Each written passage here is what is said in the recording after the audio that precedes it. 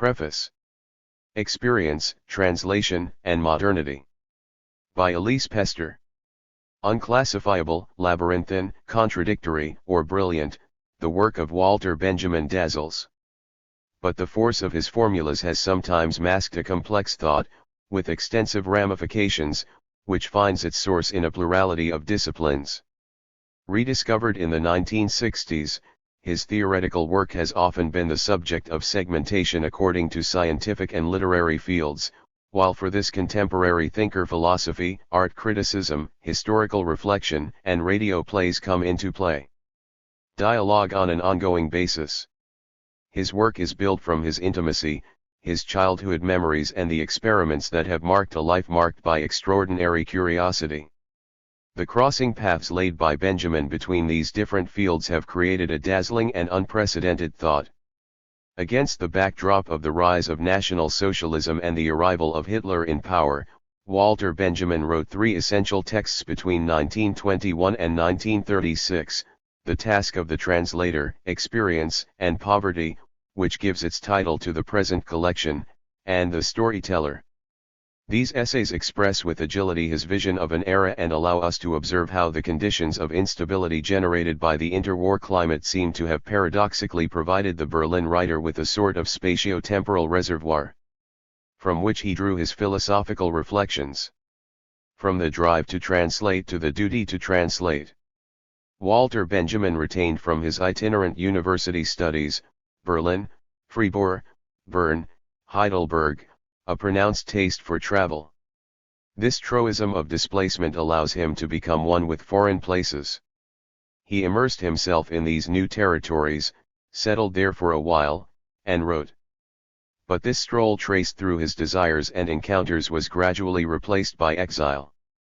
From 1936, the condition of political émigré that he knew as an intellectual Jew persecuted by the arrival of Nazism never left him.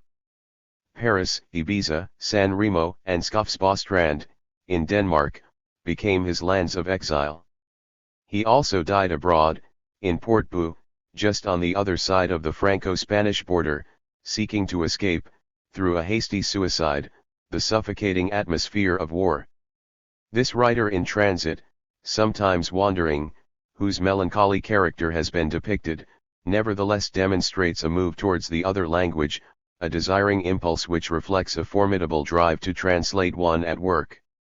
His desire to transmit to Europe, from various geographies, his reading of history can be considered as the expression of a duty to translate too which seems to have imposed itself on him. Because, beyond his activity as a passer from one language to another, Benjamin set out to unravel what resists, through language, as if to better extract meaning from the hollow of the history. The translator's task.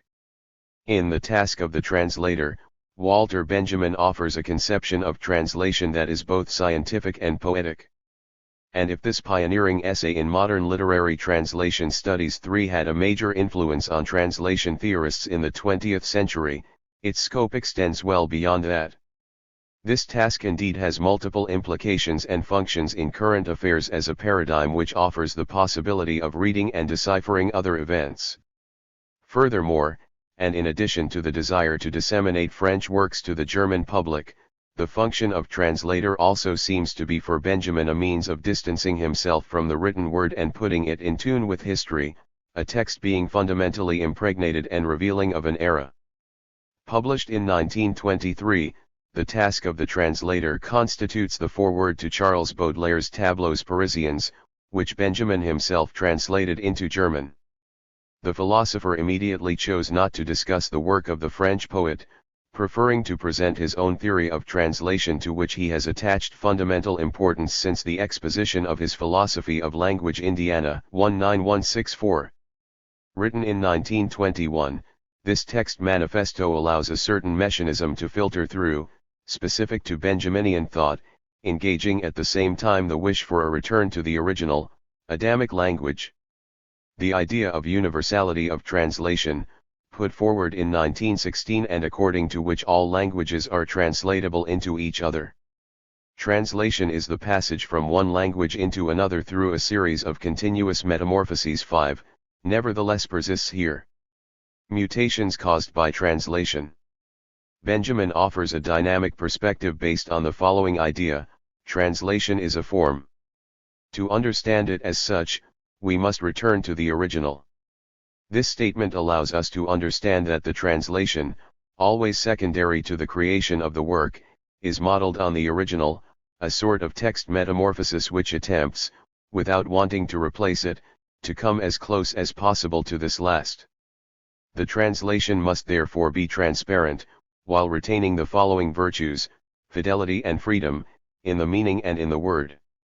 For the philosopher, translation contributes to the survival of the work over time, just as it is at the origin and in the service of its glory. This sort of imprint, which has become autonomous, leads an existence of its own, and it is precisely throughout its trajectory that it produces effects on the original, in its later life, which would not deserve to be called thus if it were not a transformation and renewal of the living. The original changes. By being thus linked together by a correlation of life, original and translation project the question of the mutation of language as the common thread of Benjaminian theory of translation. The incompleteness of languages. On the one hand, the original matures and is recreated with the translation, but on the other hand the translator's language is also subject to modification, just as the tone and meaning of great literary works are completely transformed over the centuries. The mother tongue of the translator changes. This idea, which appears from several angles throughout Benjamin's text, is fundamental because it allows us to measure the greatness of the language, its possible renewal, in the present circumstance, in particular of German. This dimension defended by the philosopher does not seem foreign to the rise of fascism in Germany, and perhaps reveals a wish for oxygenation, or even transformation of his own language by another which would not be affected by this nascent totalitarianism. With this perspective, questions underlying the political problems of the time are raised. For example, and in a way as intuitive as it is prophetic, this: will the Germanic language, in the process of changing due to the arrival of Nazism, be able to evolve, enrich itself other than by taking the steep path? Purification? More generally, in what ways is a language conditioned by history? While the word of the writer survives in his language, even the greatest translation is destined to enter the process of development of his language and to perish in its renewal, writes Benjamin. The philosopher will also go so far as to consider the birth pains of the new emerging language by evoking the birth pains of the words of its language. The languages are related, they are not foreign to each other, an intimacy unites them, which the translator is confronted with. Taken in isolation, they are incomplete; united, they have a common life and aim. The totality of their intentions complementing each other is that of pure language, writes Benjamin, who designates by this religious-sounding expression a primary harmony, the Adamic language, aimed at by all these different modes of signifying. The incompleteness of languages and their intimacy are found in their future, which is that of a superior language whose core is untranslatable but towards which the translator always tends. This will therefore have the difficult task of bringing to maturity in translation the seeds of a pure language. Finally, there is an irreducible gap between the original and its translation. This fall linked to the sentimental tone at play in the words, generates a sort of shift which prevents any full retransmission through translation. This character of defectibility 6, this imperfection of the translation leads it to remain faithful to the word without fully restoring the meaning of the original. What is not transmissible during this passing exercise demonstrates that its aim extends beyond the simple fact of communicating, transposing, or transmitting an idea. It is not a replica. And it is moreover this distance which cancels any possibility of absolute and univocal translation, while at the same time giving free rein to creation and interpretation. Experience and poverty. A decade after the publication of the translator's task, when Hitler had just been appointed Chancellor in Germany and inflation was at its peak, Benjamin fled to Ibiza. In the spring of 1933, he published a short text with an incisive tone, Experience and Poverty. The notion of Experience 7, which appeared in his youthful writings, radically emerges from a conception based on an immovable mathematical and scientific model. This neo-Kantian conception of experience leads Benjamin to protest against the mask of the adult and to advocate the experience of youth. A key notion, experience, runs through Benjamin's work and leads, in Experience and Poverty, to an ethical position in which the philosopher rebels against the bourgeoisie and affirms that the possibility of reinvention belongs to the modern man, who lives alongside poverty. It is with the personal memory of an Aesop fable, The Plowman and His Children, read when he was a schoolboy, that Benjamin opens his essay 8. On the verge of death, an old farmer tells his sons that a treasure is hidden in his vineyard and that they must discover it. The sons find no treasure, but plow the land so well that the vine ripens and yields in abundance. Drawing on his previous experience, the old man passed on to his children that it is in the fruit of work and the sharing of experience that the true treasure lies. Based on this fable, Benjamin draws up several observations and questions the way in which we can tell a story and transmit it, or not, over generations. What about the nature of modern man? Times have changed. The experience of the ancients, their ability to tell stories and transmit them, is called into question by the advent of technology which is shaking up the order of the world. Who can still, today, meet people capable of telling something with accuracy, asks the philosopher. Where do we still hear, today, from the mouths of those who die words so lasting that they travel from generation to generation like a cycle? According to Benjamin, experience has suffered a drop in value and the ancients no longer have anything to teach us. This decline would be a direct consequence of the First World War and the silence of soldiers returning from the front. With the advent of an extraordinary technique that has defleshed the bodies and souls of humanity in general, this new form of industrial warfare has considerably impoverished people in communicable experiences. The world as a whole has been disfigured, giving birth to a new barbarism. However, this barbarity evoked by the intellectual is not only negative. Making a clean slate, starting from the very beginning, it has positive aspects. Benjamin seems to claim two ways of being barbarian, one which invites disaster, the other which wards off it. 9. People stripped of their experience are now devoid of history, just as modern man inhabits the city without leaving a trace. Benjamin compares this singular phenomenon to glass, this hard and smooth material to which nothing can be attached. Experiencing a deep aversion towards the bourgeois living room, the writer denounces, echoing the words of his friend Bertolt Brecht, the inhospitality of the bourgeoisie who constantly whispers to their host, "Erase the traces." Finally, it is to the decline of the aura that the impoverishment of experience must also be linked. The aura, this almost magical halo which transfigures the work of art through its beauty, was introduced by Benjamin 2 years earlier in his Little History of Photography 10. Located at the intersection of history, politics, and aesthetics, and evolving over time, this complex notion refers to the perception of the work as a unique appearance of a distant reality. 11, being both endowed with authenticity and uniqueness. But the advent of modernity, with the increasing intervention of technology and the reproducibility of art, has precipitated the withering away of the aura.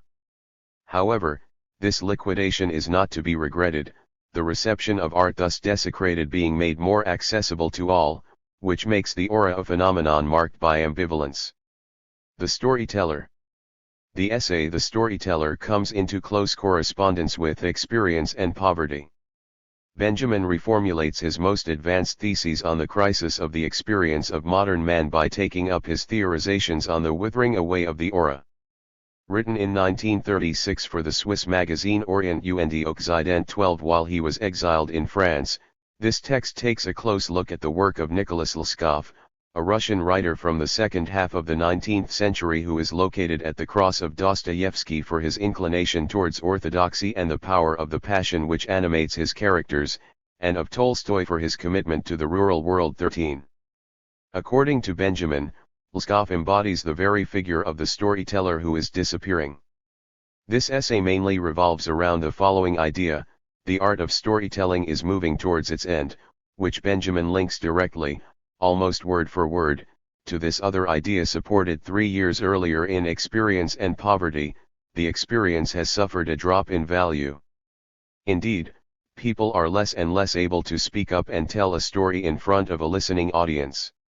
The capacity to exchange experiences is increasingly lacking, while the art of storytelling, which has always been transmitted orally, is nourished precisely by the exchange of experiences in which memory establishes the chain of the tradition which transmits the event from generation to generation.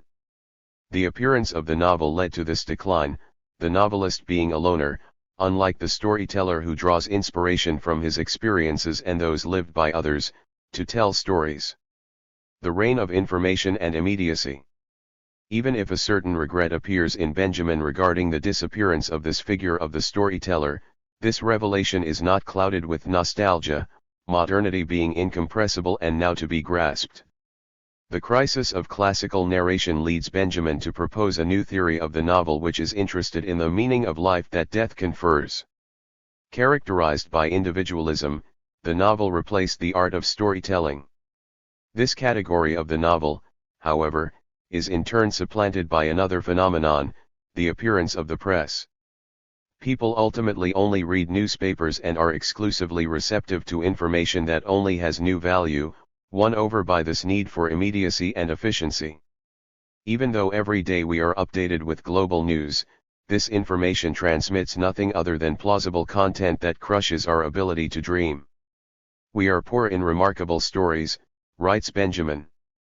To the extent of the subject's impoverishment in experience, information, and its correlate of images overabundant. Is this a communicating vessel effect? The consumable flow of images chosen by media, and sometimes political, authorities is delivered in situ to populations around the world who all access television. The domination of individual reception of information in circulation had not been imagined by Benjamin, who projected a future for the public role of the masses in collective spaces, with the cinema, for example, where people are brought together in spaces collectives. Television, but also the Internet, have reduced this role, conversely granting an individual reception of works.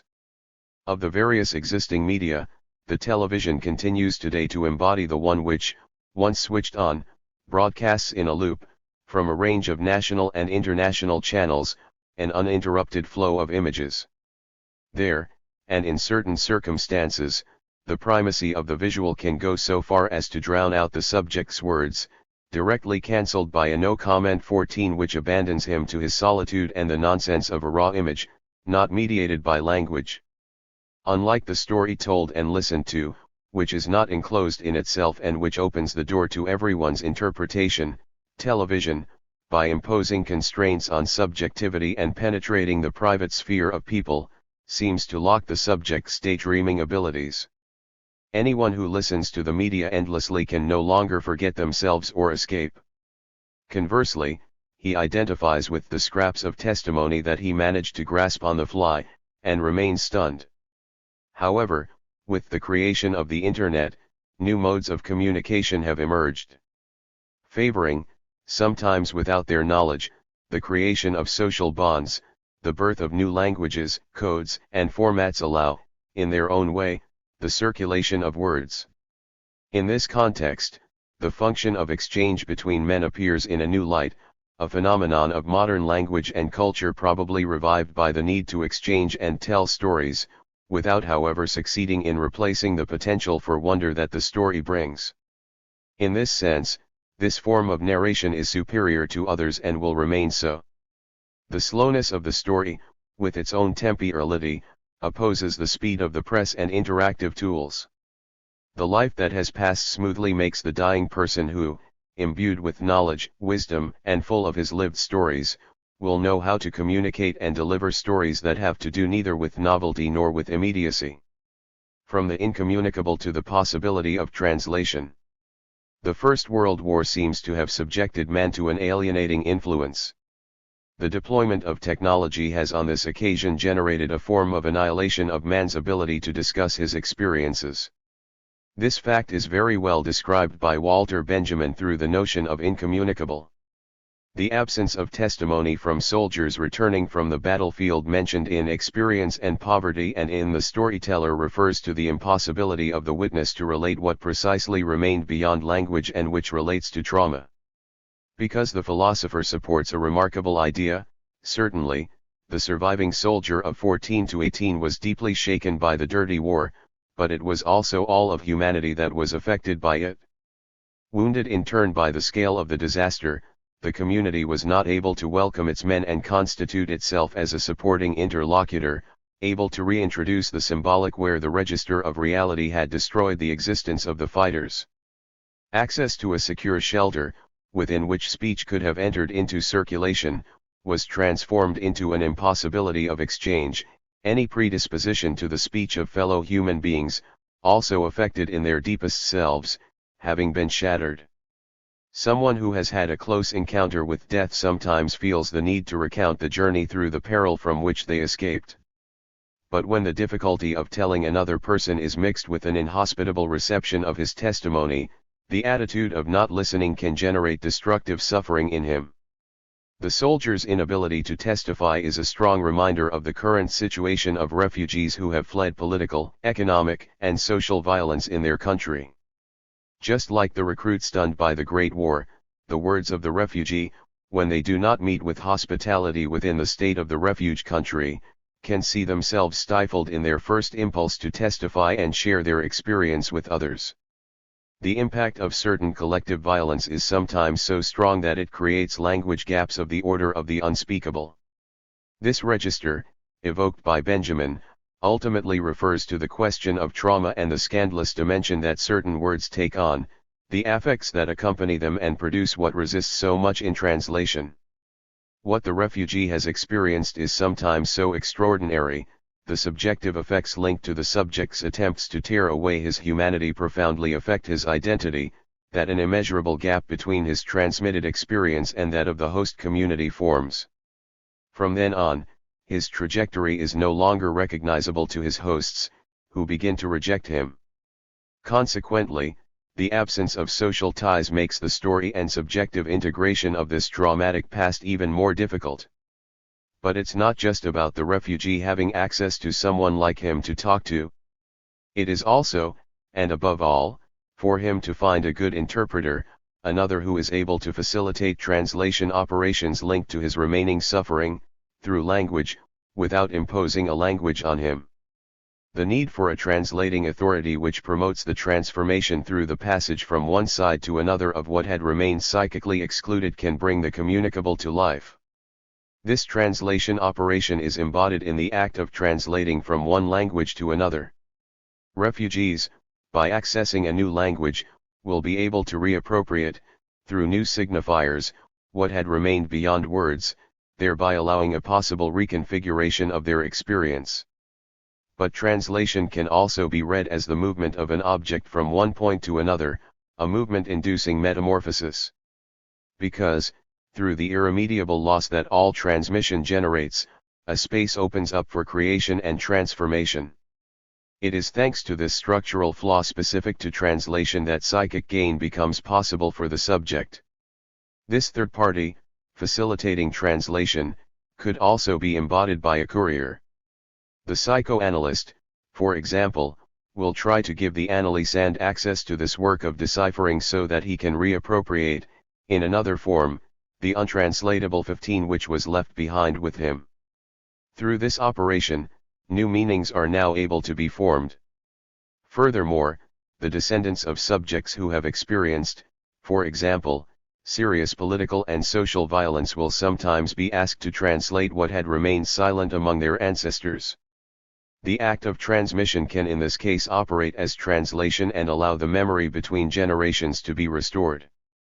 Finally, the translational position 16 specific to Benjamin himself appears extremely fruitful for thinking about the issues of translation in the contemporary world. The philosopher, who has grasped the scope and power inherent in this concept of translation 17, shows the political and ethical implications of this task.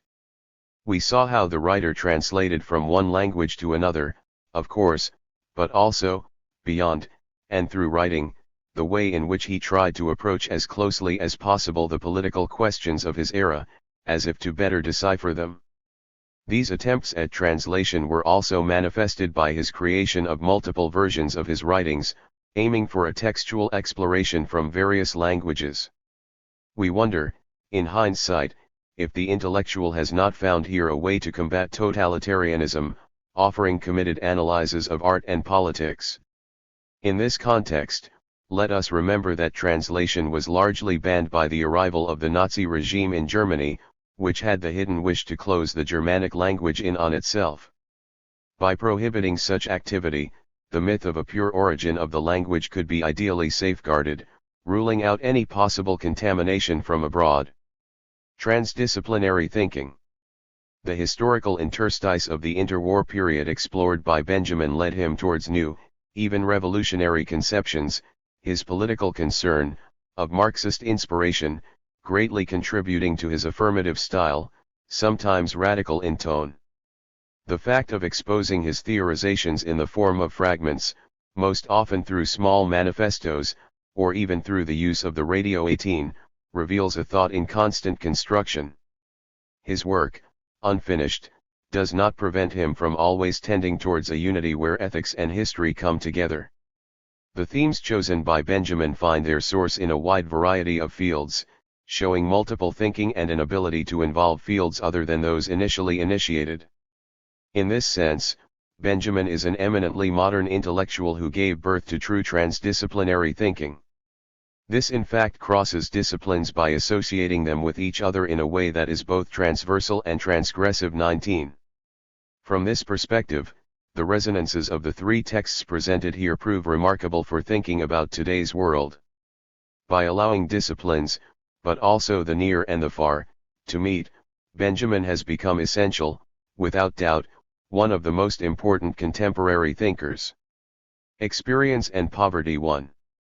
In our reading manuals, there was the fable of the old man who, on his deathbed, made his sons believe that a treasure was hidden in his vineyard. They just have to dig to find it. They dig, not the slightest trace of treasure. But when autumn arrives, the vineyard bears more fruit than all the others in the region. It is then that they understand that their father has bequeathed them an experience. Blessing is not found in gold, but in work. As we grew up, we were referred to such experiences in a threatening or benevolent tone. The young man already wants to have a say, you will soon learn it for yourself. We also knew exactly what the experience was. Older people had always passed it on to younger people.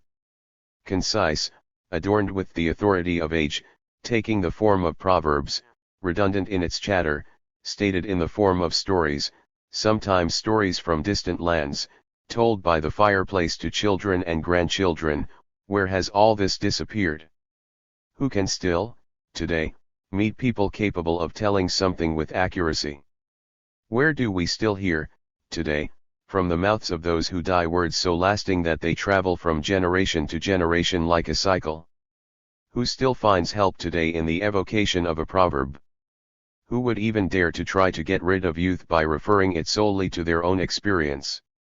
No, at least this much is clear, the experience suffered a drop in value, and this happened to a generation which, between 1914 and 1918, had one of the most monstrous experiences in universal history. This may not be as strange as it seems. Couldn't we, at the time, make the following observation: people came back mute from the war? Not richer, but on the contrary poorer in communicable experiences. What poured out over the next 10 years in the flood of books published on the war was something quite different from experience spread by word of mouth. No, it wasn't strange. For never has a more radical denial been inflicted on experiences than that of strategic experience by the war of positions, of economic experience by inflation, of bodily experience by hunger, of moral experience by the holders of power.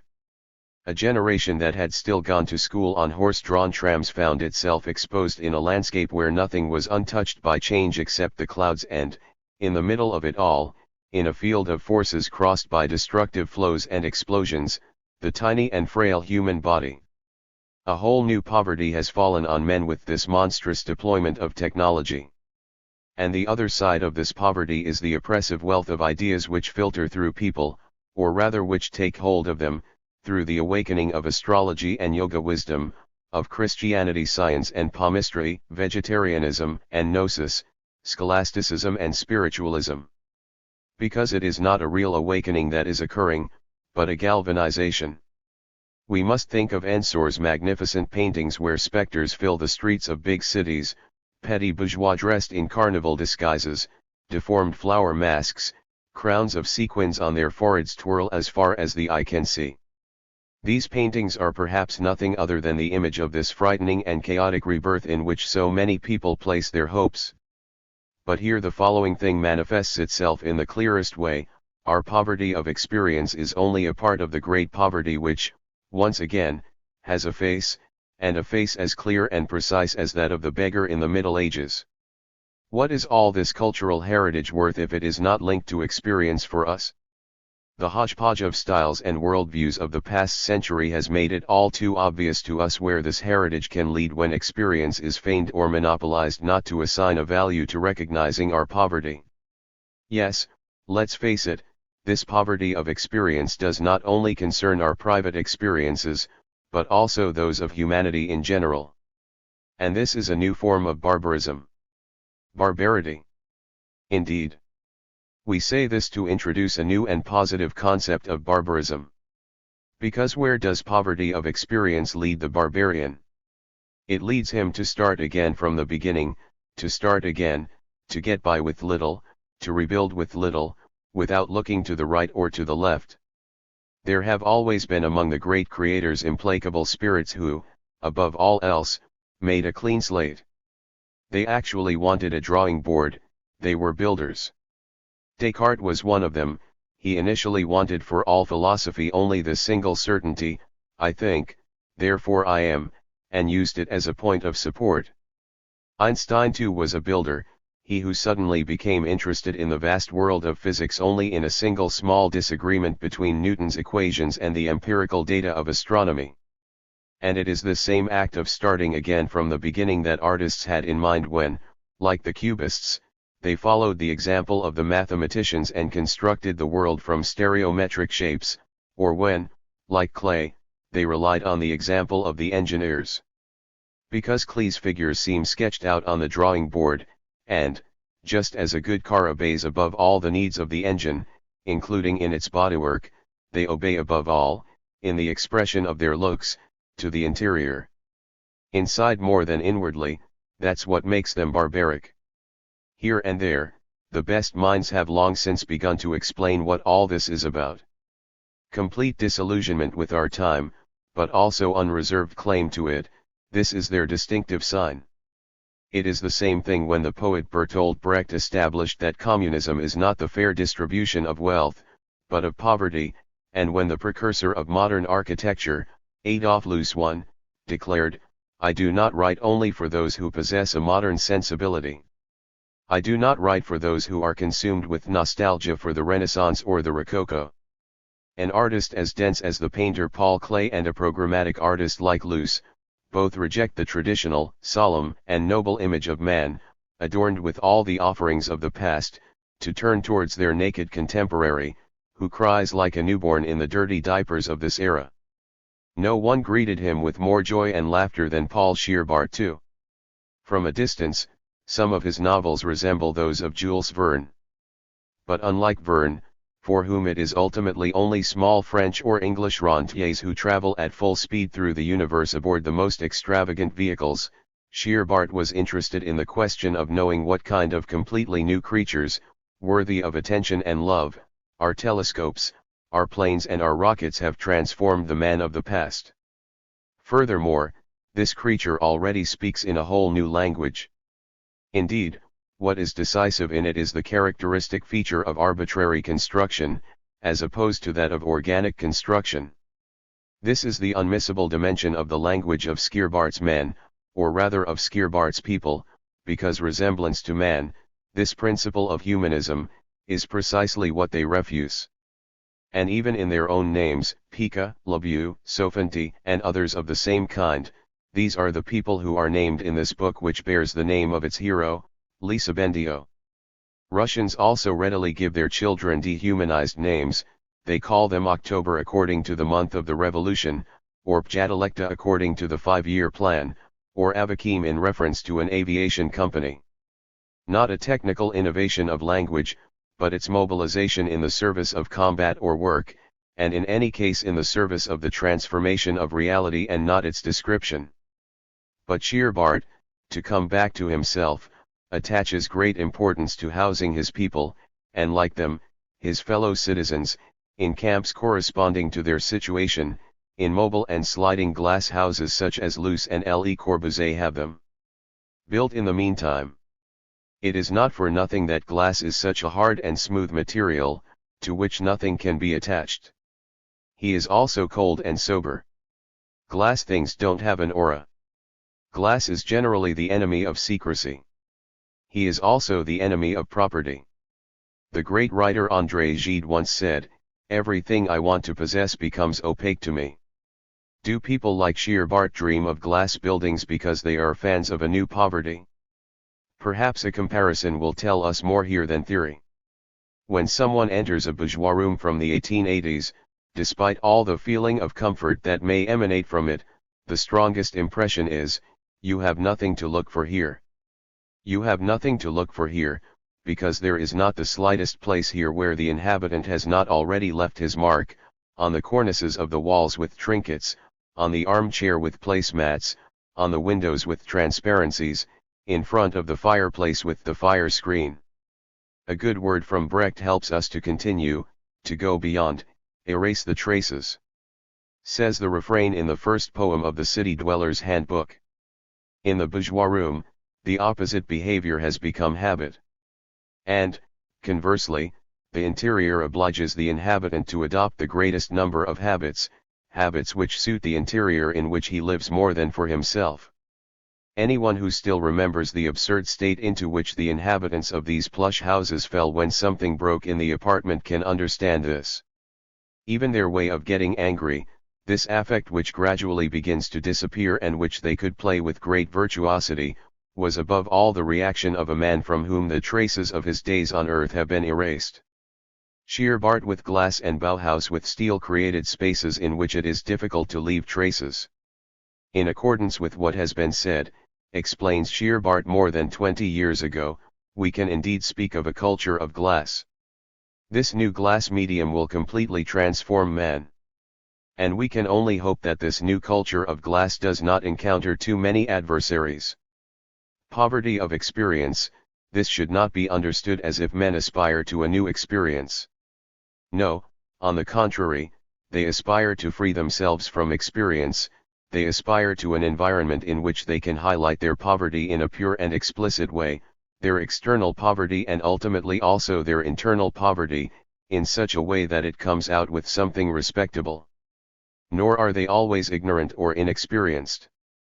We can often say the opposite, they have devoured everything, culture and men, and they are more than satisfied and tired. No one is more concerned than them by these words of Shearbart, you are all so tired, and that only because you do not concentrate all your thoughts on a very simple but grandiose plan.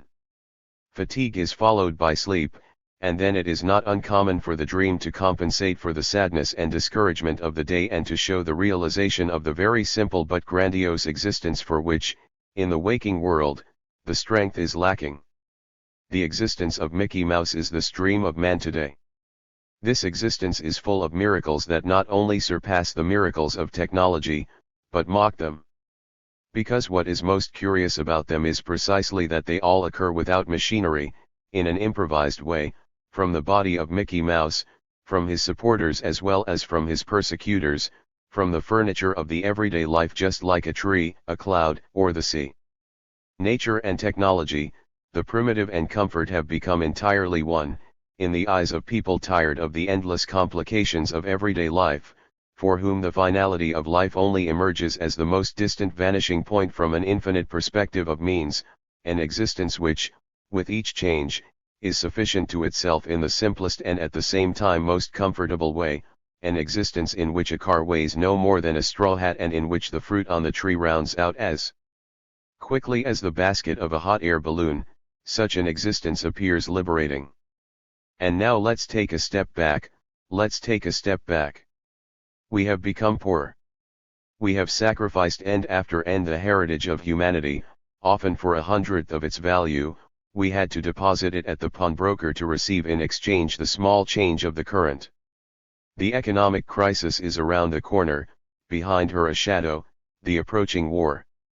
Maintaining oneself has today become the business of a few powerful people who, God knows, are no more human than the crowd. More often than not, they are more barbaric, but not in a good way.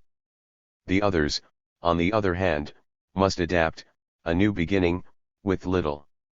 They are part of the men who made complete renewal their business and based it on intelligence and renunciation. In its buildings, its images, its stories, humanity prepares to survive, if necessary, culture. And the main thing is that she does it while laughing. This laughter perhaps sounds here and there like barbaric laughter. Well, may the individual, from time to time, give a little humanity to this mass which, one day, will return it to them at usurious rates. The storyteller, however familiar this name may seem to us, is not at all present to us in his living effectiveness. For us it is something that is already distant and is moving even further away. Presenting Lskov one as a storyteller does not mean making him closer to us, it rather means increasing the gap that separates us from him. When we observe him from a certain distance, the broad, clear and simple traits that define the storyteller take over. Better, they manifest themselves in him as on a rock capable, for the observer placed at the right distance and from the right angle of view, of revealing the head of a man or the body of an animal. What prescribes this distance and this angle of view to us is an experience that we have the opportunity to do almost every day. She tells us that the art of storytelling is moving towards its end. We increasingly rarely meet a person capable of telling something properly. Embarrassment spreads more and more frequently in the assembly when the desire to listen to a story is expressed. It is as if a capacity that seemed inalienable to us, as if the most assured of our certainties, was taken away from us. That is to say, the ability to exchange experiences. One cause of this phenomenon is obvious: the experience has suffered a drop in value. And it seems that his fall continues towards a bottomless depth. Every glance at the newspaper reveals that it has reached a new low and that it is not only the image of the external world, but that of the moral world which has undergone in one night a transformation that we cannot imagine. Never thought possible. With the First World War, a process began to manifest itself publicly and has not stopped since. Hadn't we noticed at the end of the war that people had returned mute from the front? Not richer, but poorer in communicable experiences. What poured out, over the next 10 years, in the flood of books published on the war was something quite different from the experience that takes its course from mouth to mouth. No, it wasn't strange. Because never has a more radical denial been inflicted on experiences than that of strategic experience by the war of positions, of economic experience by inflation, of bodily experience by mechanical combat, of moral experience by those in power. A generation that had still gone to school by horse-drawn trams found itself exposed in a landscape where nothing was spared by change except the clouds and, in the middle of everything this, in a field of forces crossed by destructive flows and explosions, the tiny and frail human body. 2. The experience that follows its course from mouth to mouth is the source from which all storytellers have drawn. And among those who wrote down stories, it is the great ones whose transcription stands out from the words of the many anonymous storytellers. Furthermore, within these, there are two groups intertwined in various ways. The very figure of the narrator only obtains its full corporeality for those who have a representation of these two groups. When you take a trip, you can then tell something, says the popular language, while imagining the storyteller as someone who comes from far away. But we no less listen to those who, earning their bread honestly, have stayed in the country and know its stories and traditions. If we want to imagine these two groups through their archaic representatives, then one is embodied by the sedentary farmer, the other by the merchant sailor. In fact, these two spheres of life have to some extent produced their own clans of storytellers. Each of these clans retains some of its characteristics even after several centuries. Thus among modern German storytellers, Hebel and Gothelf come from the first group, Sealsfield and Gersticker from the second. Moreover, with these clans we are only talking about fundamental types, as we have said. The real extension of the domain of the tale in all its historical dimension is not thinkable without the closest interweaving of these two archaic types. It was above all the Middle Ages with its corporatist structure which achieved such interweaving. The sedentary master and his itinerant apprentices worked together in the same room, and each master had been an itinerant apprentice before settling in his country or abroad. If peasants and sailors were old masters of storytelling, the social class of artisans was the university of storytelling. In it was combined the knowledge of the distant such as a person who has traveled a lot can bring back home with the knowledge of the past such as is entrusted eminently to the sedentary. 3. Lskov feels at home far away, in space and in time. He belonged to the Greek Orthodox Church and this man had a sincere religious interest. But he was also a no less sincere opponent of ecclesiastical bureaucracy. As he was equally uneasy with secular administration, the official positions he found himself occupying were not of long duration. The position of Russian representative of a large English firm that he held for a long time was probably, of all his positions, the most useful for his literary production. On behalf of this firm, he traveled throughout Russia and these trips deepened his knowledge of the world as well as that of the different conditions in Russia. This is how he had the opportunity to discover and become familiar with the world of sex in the country. This knowledge left its mark in his stories. Lskov saw Russian legends as an ally in his fight against the orthodox bureaucracy. He wrote a series of legendary stories whose central figure is the righteous man. He is rarely an ascetic, but most of the time a simple and active man who becomes a saint apparently in the most natural way in the world. Mystical exaltation is not Lskov's strong point. Even if, sometimes, he likes to indulge in the marvelous, he prefers, even in matters of piety, to stick to a solid nature. He sees his model in the man who knows how to navigate this world without getting too involved in his affairs. He demonstrated a similar attitude in the secular domain. The fact that he started writing late, at 29, fits well with this attitude. This was after his trading trips. His first printed work is called Why Books Are More Expensive in Kiev. A whole series of writings on the working class, on alcoholism, on police doctors, on unemployed salesmen announce his later stories. 4. Alignment with practical interest is a characteristic trait among many born storytellers. We can observe it more markedly, for example, in a storyteller like Gothelf, who gives agricultural advice to his farmers. We find it at Nodier, who is concerned about the dangers of gas lighting. Hebel, who inserts notions of physics for his readers into Eloquent el Ami Alamand, is also part of this line of storytellers. All this points to an inherent characteristic of the true story. It carries within itself its usefulness, in an open or concealed way. This usefulness consists sometimes of a moral, sometimes of a practical instruction, sometimes of a maxim or a rule of life. In all cases, the storyteller is a man who gives advice to his listener. But if today the expression being an advisor begins to sound old-fashioned to our ears, it is because of the situation in which we find ourselves, where the communicability of experience is declining. The result is that we are no longer advising ourselves or others. The advice is in truth less an answer to a question than a proposal concerning the continuation of a story. To seek this advice, you must first be able to tell the story. Advice, when woven into the fabric of life lived, is wisdom. The art of storytelling is tending towards its end because the epic dimension of truth, wisdom, is perishing. But this is a process that has come a long way. And nothing would be more insane than to see in it only a phenomenon of decline, much less a modern phenomenon. It is only a secondary phenomenon of the action of historical secular productive forces, which gradually removed the story from the domain of living speech while making perceptible a new beauty in this disappearing genre. V. The first sign of the process which leads to the decline of the narrative is the appearance of the novel at the beginning of the modern era. What separates the novel from the story is its essential dependence on the book. The diffusion of the novel was only possible with the invention of the printing press. What is transmitted orally, the merchandise of the epic, is of a completely different nature than what constitutes the substance of the novel.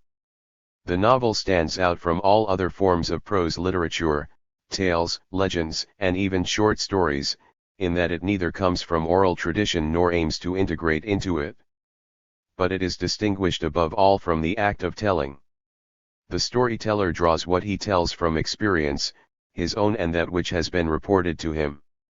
And he makes it an experience again for those who listen to his stories. The novelist has become detached from his environment. The delivery room of the novel is the individual in his solitude, the individual who is no longer capable of expressing his most important desires in an exemplary manner, who, not being himself a man of advice, cannot give the slightest advice. Writing a novel means exacerbating to the highest degree the immeasurable in the presentation of human life. The novel announces at the heart of the fullness of life and through the representation of it the deep perplexity of those who live.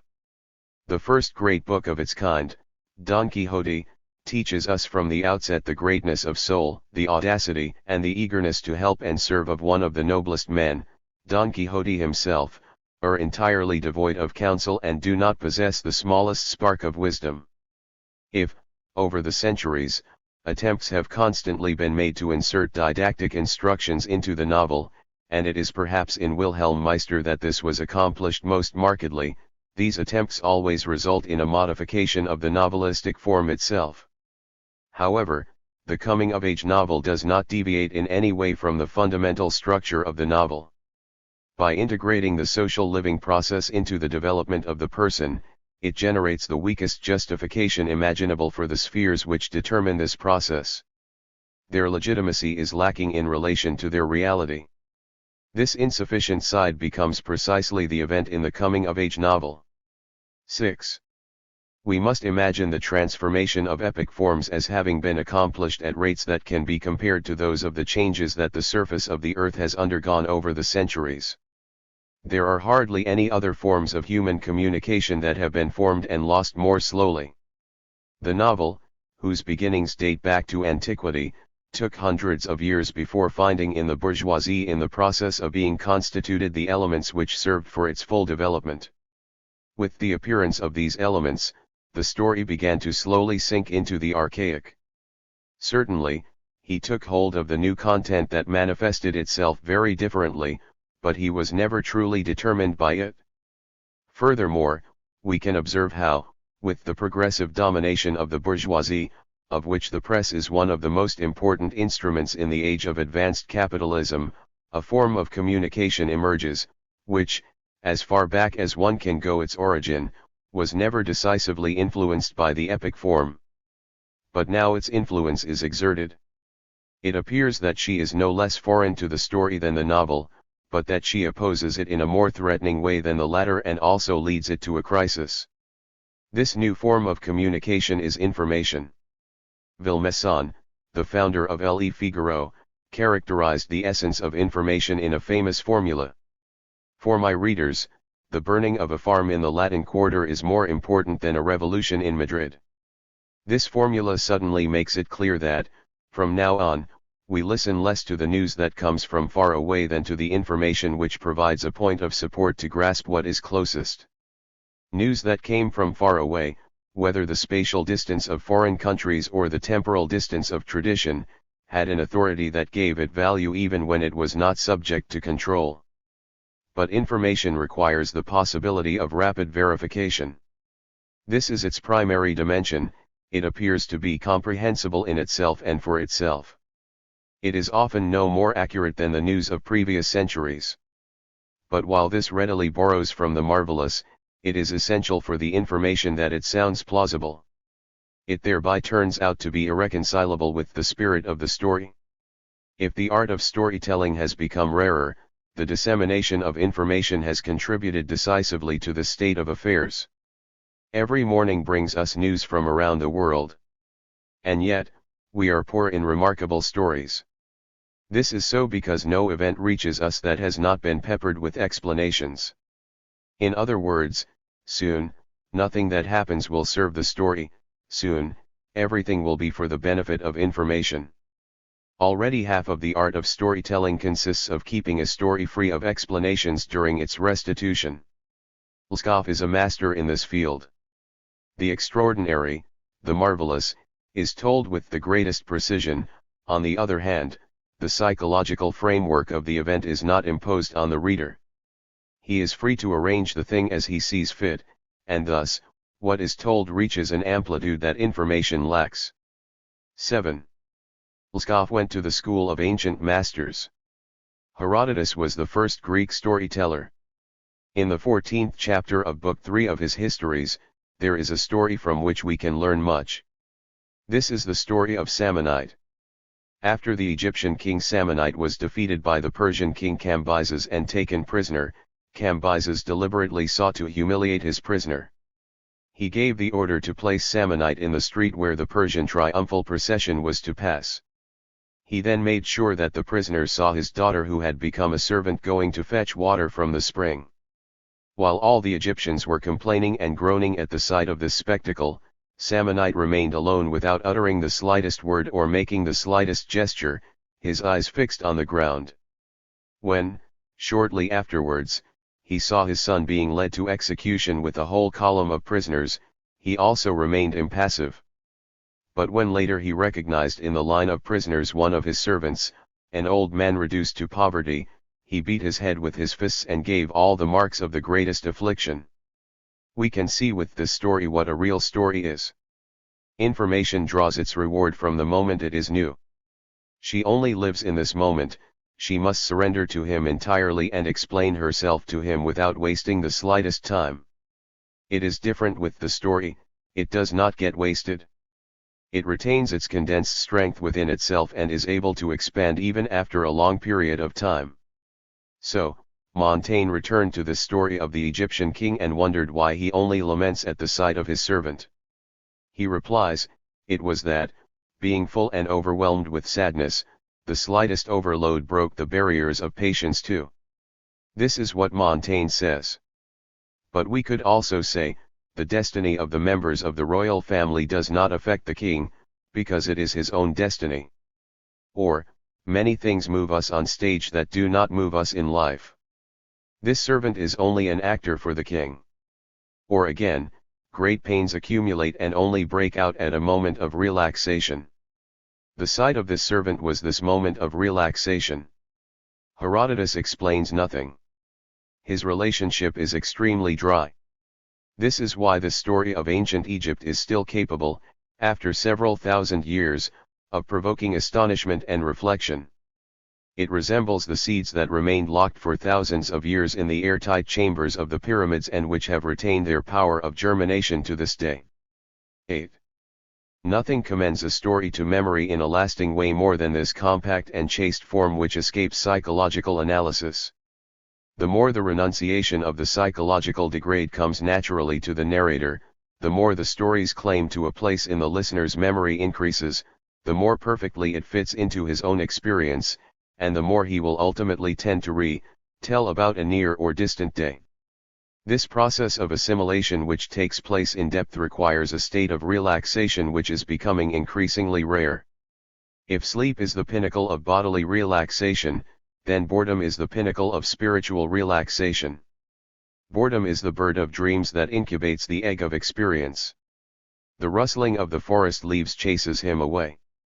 Its nests, the activities that are closely linked to boredom, have already disappeared from the cities, and in the countryside they are also withering away. Thus the gift of listening silently is lost and the community of those who listen disappears. Telling stories is in fact always the art of retelling them, and this art is lost when the stories are no longer preserved. It is lost because we no longer weave and spin while listening to them. The more the listener is in a state of self-forgetfulness, the more deeply what he listens is imprinted on him. When he gets caught up in the rhythm of work, he listens to stories in such a way that the gift of telling them comes naturally to him. This is how the mesh of the web on which the gift of telling lies. This is how it is falling apart today on all sides after having been created thousands of years ago within the framework of the most ancient forms of craftsmanship. 9. The story as it has long flourished in the sphere of manual and artisanal work, of the peasant, the sailor, and more so the city dweller, is itself, so to speak, an artisanal form of communication. What matters for him is not to transmit the pure in itself of the thing as information or a report does. He immerses the thing in the life of the person who tells it and then extracts it from there. Thus the mark of the storyteller remains attached to the story like that of the potter's hand on the stoneware vase. Storytellers tend to begin their story by presenting the circumstances in which they learn the following, or they do not simply pass it off as something they experienced themselves. Lskov begins the rapin with a description of a train journey during which he learned from another traveler the events he later recounts. Or else, he thinks of Dostoevsky's funeral where he places his meeting with the heroine of his story about the Kreutzer Sonata. Or again, he evokes the meeting of a reading circle where the events that he relates to us in interesting men come to the table for discussion. Thus the mark of the narrator shines through in different ways in his stories, when it is not that of the one who experienced the facts, it is that of the one who reported them. Moreover, Lskov himself perceived this artisanal art of storytelling as a craft. Literature, he wrote in one of his letters, is not for me a liberal art, but a craft. It is not surprising that he feels linked to craftsmanship and that, faced with industrial technology, he feels a stranger. Tolstoy, who must certainly have understood this dimension of things, on certain occasions touches on this nerve point of Lskov's talent as a storyteller when he describes him as the first who put his finger on the inadequacy of economic progress. It's strange that we read Dostoevsky so much. On the other hand, I simply don't understand why Lskov is not read. He is a writer faithful to the truth. In his mischievous and exuberant story, The Steel Flea, which oscillates between legend and farce, Lskov magnifies local craftsmanship through the goldsmiths of Tula. Their masterpiece, The Steel Flea, was even seen by Peter the Great and convinced him that the Russians had nothing to be ashamed of in the face of the English. The spiritual picture of this artisanal sphere from which the storyteller comes has perhaps never been painted in such a significant way as by Paul Valéry. He speaks of the perfect things of nature, of immaculate pearls, of full and well-ripened vines, of truly developed creatures, and he calls them the precious work of a chain of similar causes. 3. The accumulation of causes of this kind only reaches its temporal limit with perfection. Man in the past imitated this patience. Illuminations, deeply excavated ivories, perfectly polished and clearly engraved hard stones, lacquers and paints obtained by the superposition of a quantity of thin and translucent layers, all these productions of an obstinate and virtuous industry are hardly made any more, and the time has passed when time did not count. Man today does not cultivate what cannot be reduced for. In fact, he even managed to shorten the story. We have experienced the future of the short story which emerged from the oral tradition and no longer allowed this slow superposition of thin and transparent layers, a superposition which provides the most exact image of the mode by which the perfect story by cutting through the layers of the many reiterations of its narration. X. Valéry closes his considerations with this sentence: it would seem that the weakening in people's minds of the idea of eternity coincides with the growing disgust for long tasks. 5. The idea of eternity has always had its most powerful source in death. If this idea disappears, then we can conclude that the face of death must have changed. It turns out that this transformation is the same one that reduced the communicability of experience as the art of storytelling declined and moved toward its end. For several centuries, we can observe to what extent the idea of death has lost in the common awareness of its omnipresence and its imaginative force. In its final stages, this process unfolds in an accelerated manner. During the 19th century, with the help of its hygienic and social institutions, private and public, bourgeois society achieved a side effect which was perhaps its main goal, to create the possibility for people to spare their sight dying people.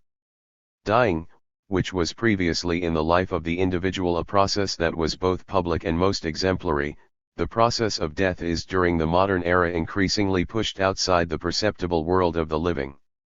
Before, there was not a house, not a room where someone had not already died. Today the bourgeoisie live in spaces which have remained pure of any mark of death, they endure the casts of eternity, and when they are nearing their end, they are taken from their homes and placed in sanatoriums or hospitals. Now it is not only the knowledge and wisdom of man, but also and above all his life lived, and this is the material from which stories are made, which take a transmissible form first of all in the person about to die. Just as inside man, at the moment when life comes to an end, a series of images is set in motion, which consists of visions of his own person where he encounters himself, without even become aware of it. In the same way suddenly emerges in his expressions and his looks the unforgettable and communicates to everything that concerns him the authority that even the poorest of bandits possesses at the moment of death in the eyes of the living who surround. At the origin of what is told is authority. 11. Death is the penalty for all that the storyteller can bring back. This one borrows its authority from death. In other words, it is natural history that his stories refer to. This aspect is expressed in an exemplary way in one of the most beautiful stories we have from the incomparable Johann Peter Hebel. It can be found in Elekronde El Amialamand and is entitled Unexpected Reunions. It begins with the engagement of a young guy who works in the mines of Phelan. The day before the wedding, the death of the miner surprises him at the back of a gallery. His fiancée remains faithful to him even after his death, and she lives long enough to one day, as an old woman, recognize her fiancé in a corpse taken from an abandoned gallery, which had avoided decomposition because it was saturated with green vitriol. After this reunion, death also calls her back. When Hebel, in the course of his story, finds himself faced with the need to make a long series of years perceptible, he does so with the help of the following sentences: Meanwhile, the city of Lisbon was destroyed by an earthquake. The 7 Years' War ended, Kaiser Franz I died, the Jesuit order was abolished, Poland was divided, Kaiserin Maria Theresa died, and Struensee was executed. America became independent, the Allied French and Spanish forces failed to conquer Gibraltar, the Turks surrounded General Stein in the Veterani cave in Hungary, and Kaiser Joseph also died. King Gustavus of Sweden conquered Russian Finland, the French Revolution and the Long War began, and Kaiser Leopold was also buried. Napoleon conquered Prussia, the English bombed Copenhagen, and the peasants sowed and harvested. The miller was grinding and the miners were digging in their underground workshop looking for veins of metal. But when, in 1809, the Phelan miners. No storyteller has ever inserted his story more deeply into natural history than Hebel does in this chronology. Let us read it only precisely. Death arises there according to a regular cycle, like death in the processions which parade at noon on the cathedral clocks. 12. Any examination of an epic form is concerned with the relationship that this form has with historiography. We can even go further and wonder if historiography does not represent the creative point of indifference between all forms of epics. Written history would behave towards epic forms like white light towards the colors of the light spectrum. Whatever it may be, among all the forms of epic, there is not one whose presence in the pure and colorless light of written history is more evident than the chronicle. And the different ways of telling a story are spread out over the long ribbon of ink of the chronicle like gradients of one and the same color. The chronicler is the teller of the story. Let us think again of the passage quoted from Hebel, which has quite the tone of a chronicle, and we will easily measure the difference between the one who writes the story, the historian, and the one who tells it, the chronicler. The historian is required to explain in one way or another the events to which he is attached. In no case can he simply present them as emblematic fragments of the course of the world. This is exactly what the chronicler does, and particularly his classical representatives, the chroniclers of the Middle Ages, who were the precursors of modern historiography. By placing the divine plan of salvation, which is unfathomable, at the foundation of their historical narrative, they immediately rid themselves of the burden of demonstrable explanation. In its place arises the interpretation which is not concerned with the exact sequence of events, but with the way in which they fit into the great unfathomable course of the world. Whether the course of the world is conditioned by a history of salvation or is natural, it makes no difference. The chronicler has maintained himself in the person of the storyteller by adopting a new form, so to speak secularized. Lskov is one of the storytellers whose work demonstrates the state of affairs with great clarity. The chronicler with his salvation history orientation and the storyteller with his secular orientation are both so much a part of this work that in some stories it is almost impossible to determine whether the plot within from which they appear is the golden one of a religious worldview, or the colorful one of a secular worldview. Let us think of the story entitled The Alexandrite, which transports the reader in those ancient times when the stones in the belly of the earth and the planets in the heights of the sky were concerned with the destiny of man, and not as today when everything in the heavens and under the earth has become indifferent to the destiny of the sons of man and where no voice speaks to them from anywhere or even obeys them. None of the unknown planets play any role in horoscopes anymore. There are also a bunch of new stones, all measured, weighed and checked for their specific weight and density, but they no longer tell us anything and are of no use to us. The time when they spoke with men has passed. It is hardly possible, as we have just seen, to unequivocally characterize the course of the world as it is illustrated in this story. Is it determined by a history of salvation or by a history of nature? The only thing that is certain is that this course of the world, precisely to the extent that it is such, is located outside of all true historical categories. The time is over, says Lskov, when man could believe himself to be in harmony with nature. Schiller calls this age of the world the age of naive poetry. The storyteller remains faithful to him and his gaze does not turn away from the dial of the clock in front of which the procession of creatures parades where death has its place, depending on the circumstances, either in the guise of the leader, or in those of the last unfortunate straggler. 13. It is rare that we realize the fact that the naive relationship between the listener and the storyteller is dominated by the former's interest in preserving what has been told. The cardinal point for the unprejudiced listener is to ensure the possibility of reiteration. Memory is, above all, the epic faculty. It is only with the help of a comprehensive memory that the epic can, on the one hand, appropriate the course of things and, on the other hand, make peace with their disappearance, with the violence of the death. It is not surprising that in the eyes of a simple man of the people, such as Lskov at one time imagined himself to be, the Tsar, who is the pinnacle of the world sphere, has the longest memory. Vest. Our emperor and his entire family, we can read in this story, indeed have a quite astonishing memory. Mnemosyne, she who remembers, was among the Greeks the muse of the epic. This name leads the observer to a crossroads in world history.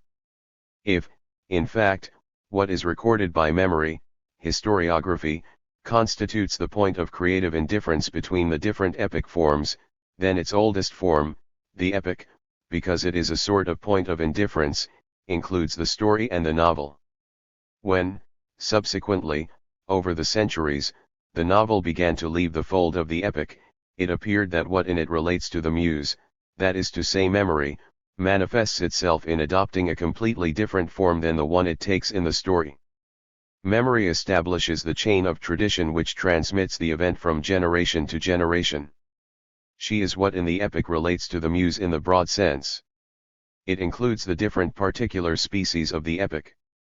And among them, first of all, the one embodied by the storyteller.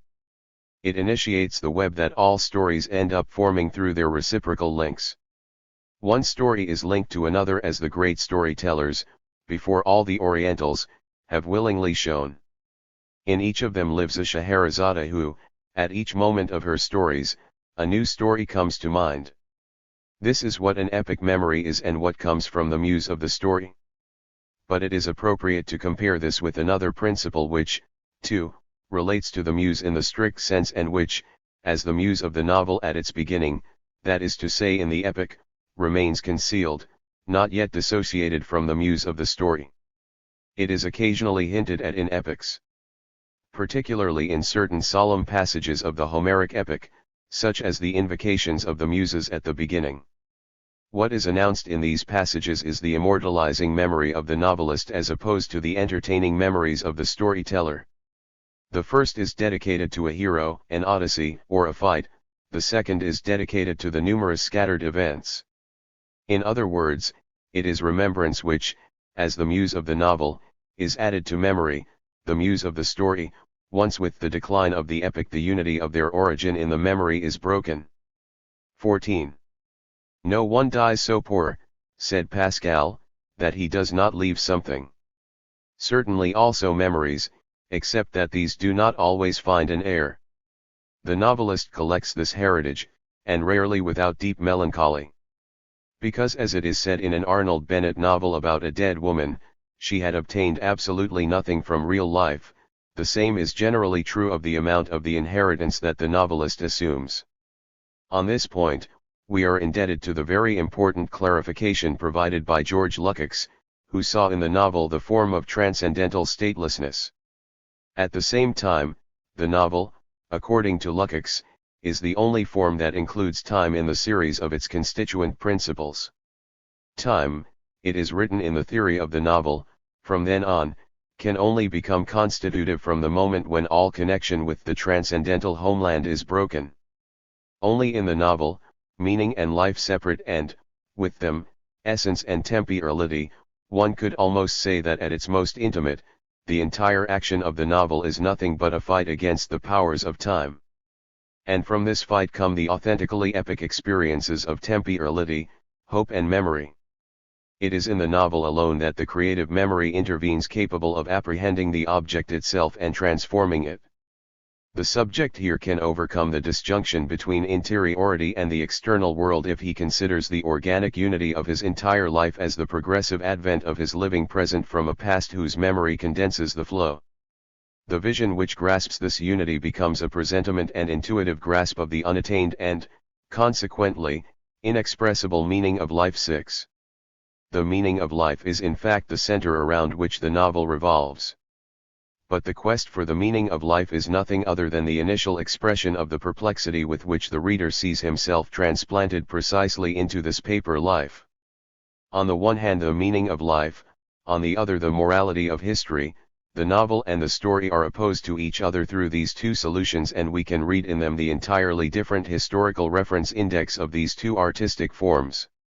If Don Quixote is the first perfect model of a novel, then Sentimental Education is perhaps the latest. In the last words of this novel, the meaning faced by the bourgeois age at the beginning of its decline through its actions is rushed like leaven into the cup of life. Frederick and Deloriers, who have been friends since adolescence, think back to their youth. There was then a small incident, one day when they presented themselves, fearfully and in secret, in the brothel of their hometown. The only thing they managed to accomplish was to offer the landlady a bouquet of flowers that they had picked in their garden. It made a story that was not forgotten 3 years later. They told it to each other prolixly, each adding to the other's memories, and when they had finished, "This is the best thing we had," said Frederick. "Yes, maybe. This is the best thing we had," said Deloriers. It is with this knowledge that the novel finds its end, an end which, in the strict sense, is more specific to the novel than to any other story. Indeed, there is no story for which the question "what's next?" is not legitimate. The novel, on the contrary, cannot hope to take the slightest step beyond this limit, where it invites the reader to represent in a premonitory way the meaning of life, by the simple fact that it writes at the bottom of the page, "Finished." 15. Whoever listens to a story is in the company of the storyteller, even the one who reads it is part of this company. The reader of a novel, on the other hand, is alone. He is more so than any other reader. In this solitude which is his, the reader of the novel seizes his material more jealously than any other reader. He is ready to appropriate it without leaving the slightest remainder, to swallow it up, so to speak. In fact, it annihilates, it swallows its material like the fire devours a pile of wood in the fireplace. The tension that runs through the novel is very similar to the current of air that awakens the flame in the fireplace and animates its movement. It is dry material that feeds the reader's burning interest.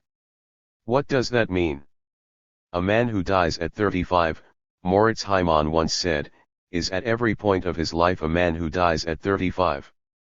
Nothing is more doubtful than this sentence. For the sole reason that she uses bad weather. A man, such is the truth referred to here, who died at 35 will always appear, when remembered, at every moment of his life as a man who dies at 35. In other words, this sentence which has no meaning for real life becomes unassailable for remembered life. We cannot present the essence of a character in a novel better than this sentence does. She says that the meaning of her life only opens up after her death. The reader of the novel is therefore really looking for human beings from whom he can gather this meaning of life. To do this, he must be sure in advance, one way or another, that he will witness their death. If necessary their figurative death, the end of the novel, but preferably their real death. How do they make him understand that death already awaits them? A very special death and at a very special time.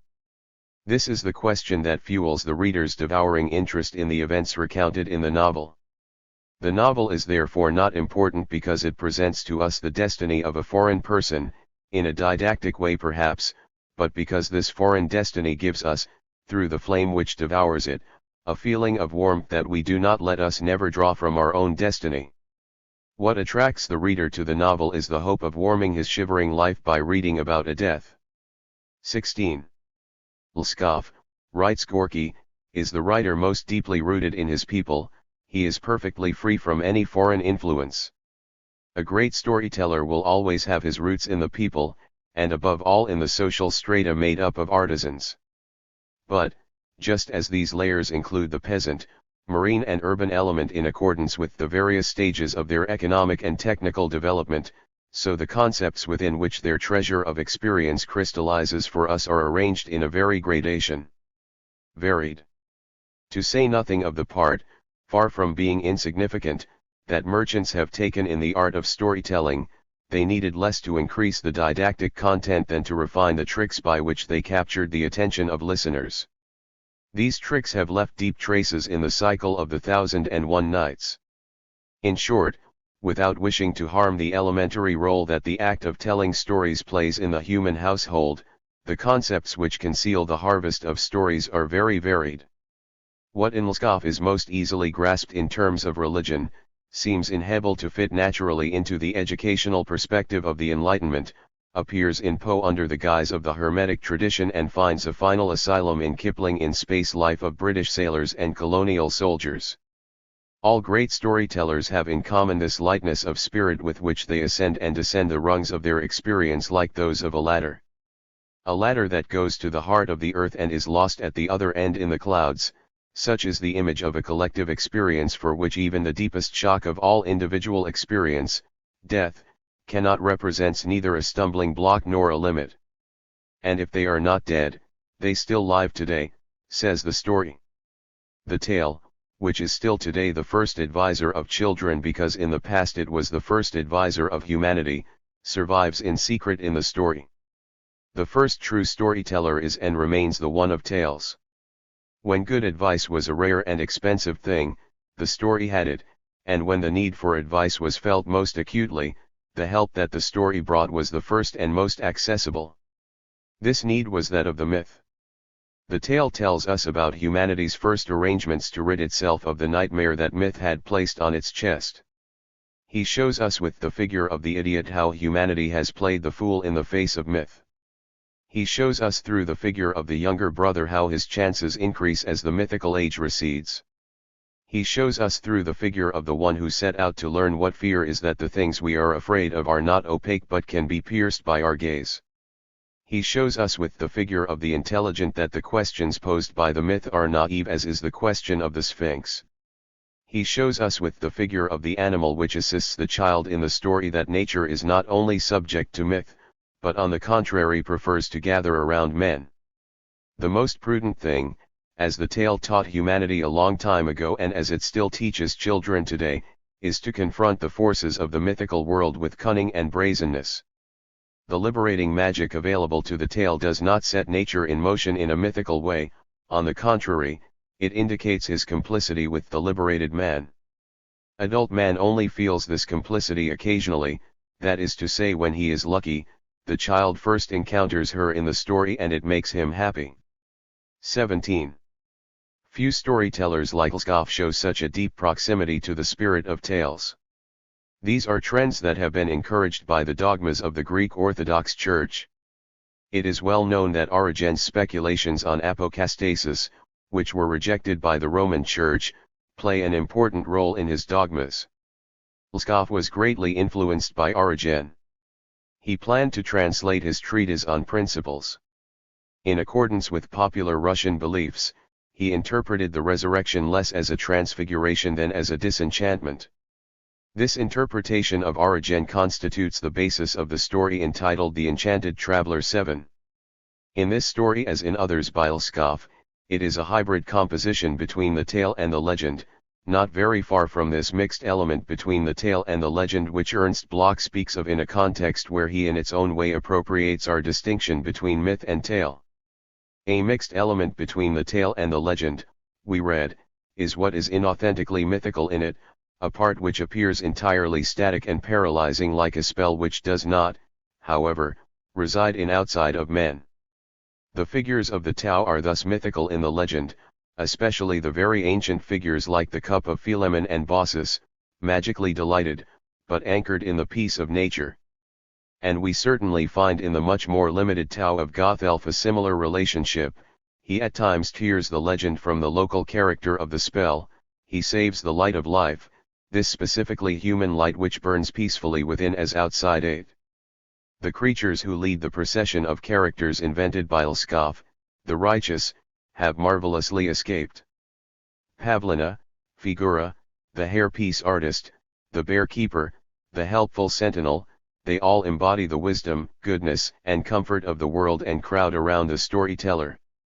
It is undeniable that they are imbued with the image of his mother.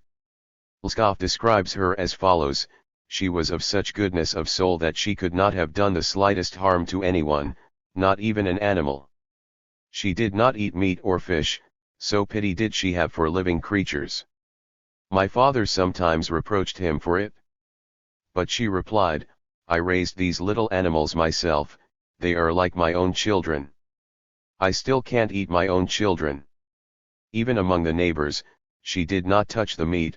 I saw these animals live, she said, they are acquaintances to me, I cannot eat my acquaintances. The righteous one is the intercessor of the creature and at the same time its highest incarnation. In Lskov he has a maternal appearance which at times reaches the mythical. The main character of his story Platonides and Khotin is characteristic in this respect. This character, Pysinsky, a peasant, is bisexual. For 12 years, his mother raised him as a girl. His feminine side develops at the same time as his virile side and his bisexuality becomes a symbol of the god-man. Lskov sees in this the arrival of the creature at its peak and at the same time the establishment of a bridge between the terrestrial and the superterrestrial world. Indeed, these virile maternal figures, animated by an earthly power, who, each time, monopolize Lskov's fabulist art, have been torn from submission to their sexual drive in full flowering of their strength. However, they do not embody an ascetic ideal. On the contrary, this abstinence of the righteous has so little of a private character that it is transformed into its elementary opposite pole, unbridled passion, which the storyteller personified in Lady Macbeth in the Village.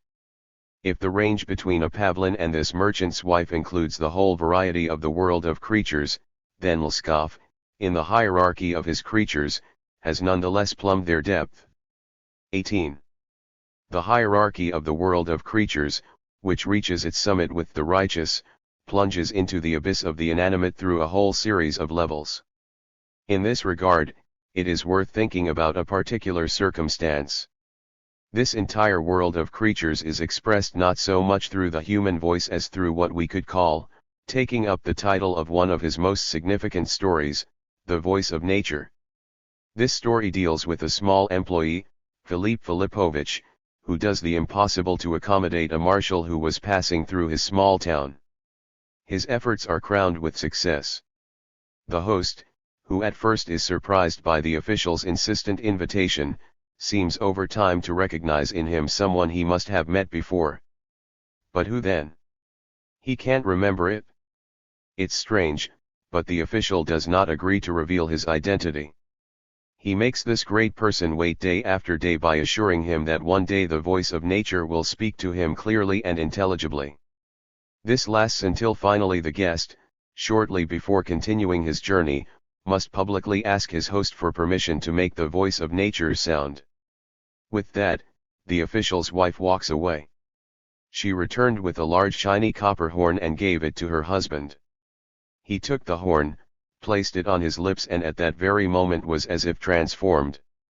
Barely had he puffed out his cheeks and let out a powerful sound like rolling thunder when the marshal shouted, "Stop, that's it, my brother, that makes me remember you right away. You are the musician of the regiment of hunters that I sent, because of your honesty, to watch over a trickster commissary." "That's it, your highness," replied the master of the house. "I did not want to remind you of this myself, but on the contrary let the voice of nature speak." The way the deeper meaning of the story lies hidden behind its silliness gives an idea of Lskov's grandiose humor. This humor is revealed in the same story in an even more hidden way. We heard that the official had been sent, because of his honesty, to monitor a trickster commissary. This is what is said at the end of the story in the recognition scene. But at the very beginning of the story, we learn the following thing about the marshal's host: all the inhabitants of the place knew this man and knew that he did not hold a high office, because he was neither a state official nor a soldier, but a little guard of a small supply depot where he gnawed biscuits and shoes from state boots with the rats and over time made himself a beautiful little house in drink. We find in this story the traditional sympathy which the storyteller shows towards thieves and crooks. All burlesque literature bears witness to this. This aspect is not denied even at the heights of art. The miller Brassenheim, Zundelfrieder, and Dieter the Red are among all Hebel's characters those who are closest and most faithful to him. And yet, in Hebel's eyes, the righteous also has the main role on the stage of the Theatrum Mundi. But since no one is truly up to the task, the role passes from one person to another. Sometimes it's a thug, sometimes a Jewish trafficker, sometimes a stubborn person who emerges and plays this role. Each time it is a performance by a passing actor, a moral improvisation. Hebel is a casuist. He does not identify himself at any cost with any principle, but neither rejects any, because each principle can once become the instrument of a righteous man. Let's compare with Lskov's attitude on this subject. "I am aware," he writes in About the Kreutzer Sonata, "that my way of thinking is based more on a practical vision of life than on an abstract philosophy or high morality, but nevertheless, I am accustomed to thinking in this way." It is also true that the moral catastrophes which occur in the world of Lskov are in relation to the moral incidents of the world of Hebel, like the powerful and silent flow of the Volga compared to the small humming stream which flows at the foot of the mill.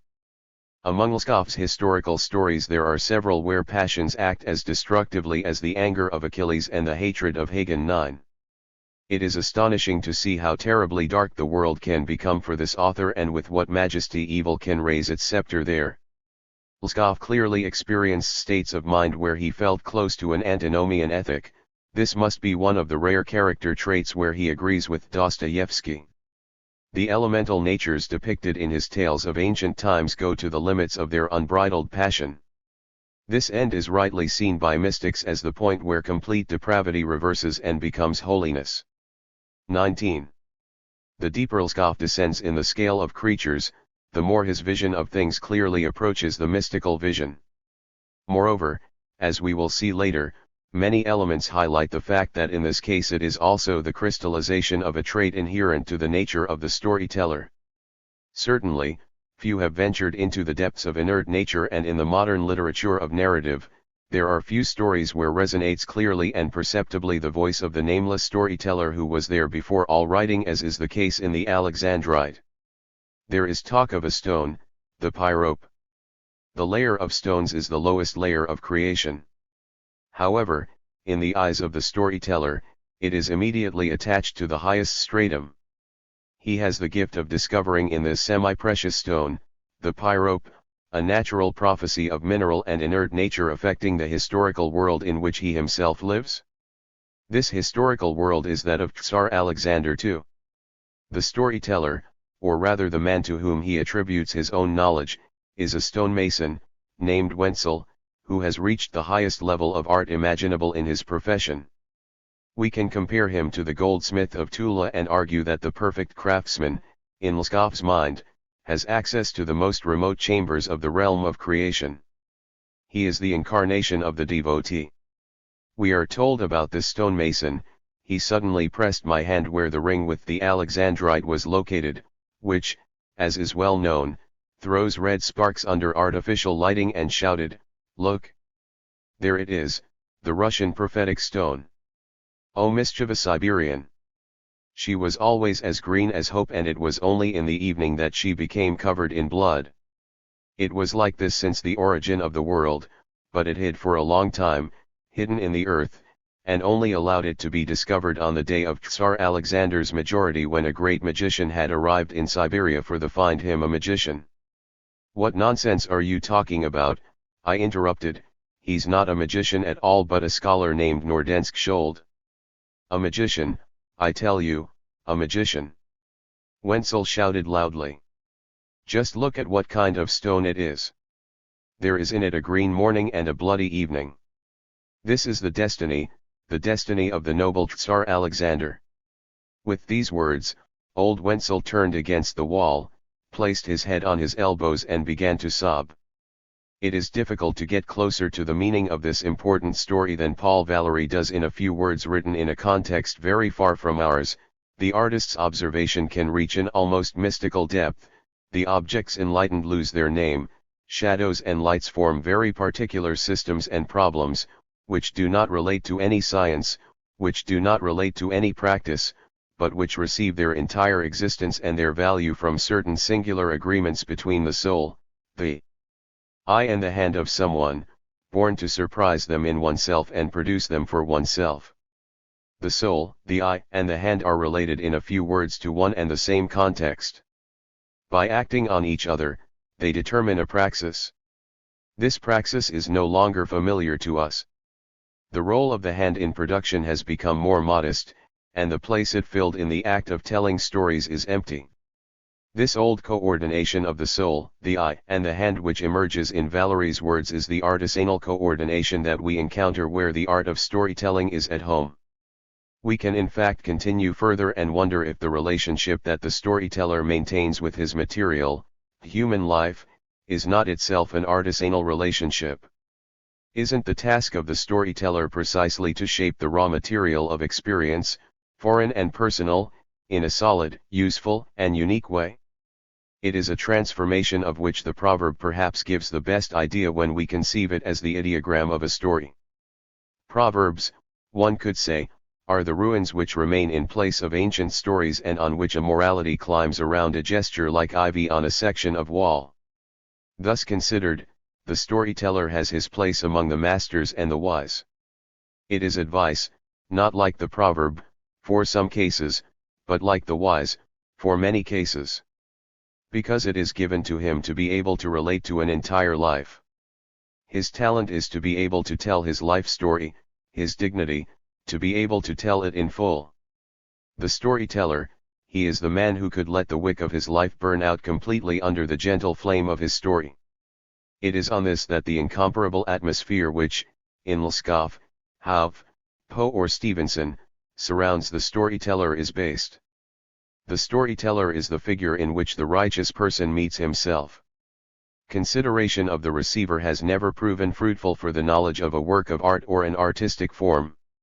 Not only does any reference to a certain public or to a representative of it deviate from the right path, but the very concept of an ideal receiver is harmful to all theoretical discussions on art because they stick to ultimately to presuppose the existence and essence of man.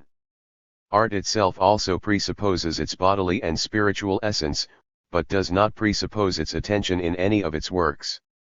Because no poem is addressed to the reader, no painting to the spectator, no symphony to the listener. Is a translation aimed at readers who do not understand the original text? This seems sufficient to explain the difference in status between the two in the field of art. Furthermore, this seems to be the only possible reason to say the same thing again. Because what does a literary work say? 1. What does it communicate? Very little for those who understand it. The essential thing in it is not communication or enunciation. But then the translation that wants to transmit could only transmit communication, therefore what is inessential? It is also the sign of recognition of bad translations. But what in a literary work lies outside of communication, and even the bad translator concedes that this is the essential, is it not generally considered as the elusive, the secret, the poetic? What the translator can only convey by doing the work of a poet himself. And from there arises a second mark of bad translation, which can therefore be defined as an inaccurate transmission of inessential content. The translation remains there as long as it strives to serve the reader. But if it was intended for the reader, should the original be as well? If the original does not exist for the reader to see, how can we understand the translation based on this relationship? Translation is a form. To understand it as such, it is necessary to return to the original. For it is in him that his law resides as contained in the translatability of the original. The question of the translatability of a work has a double meaning.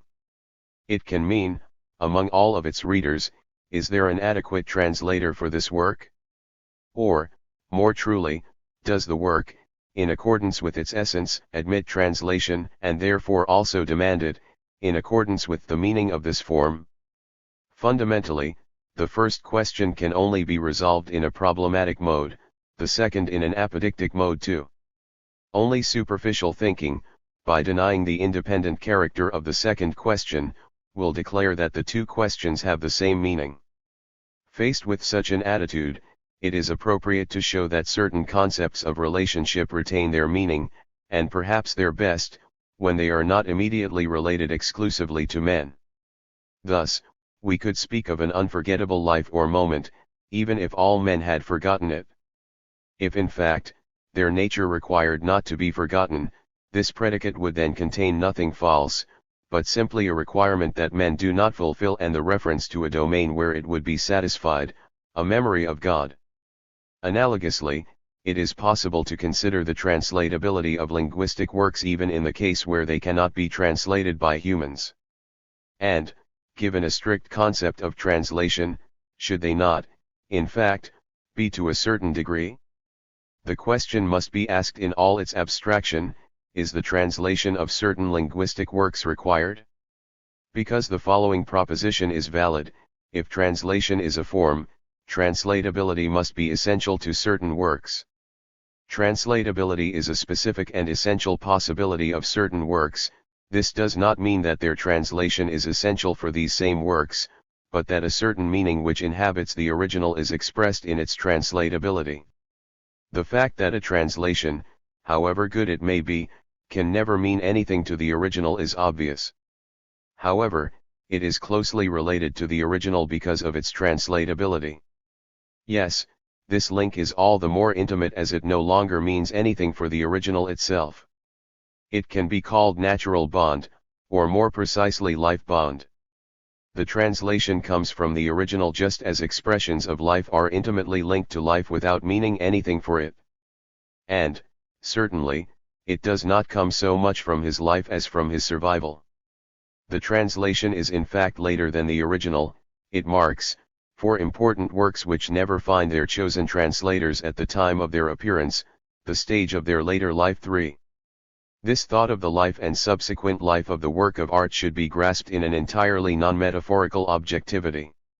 Even in times of the most limited thought, it was suspected that life could not be attributed solely to organic corporeality.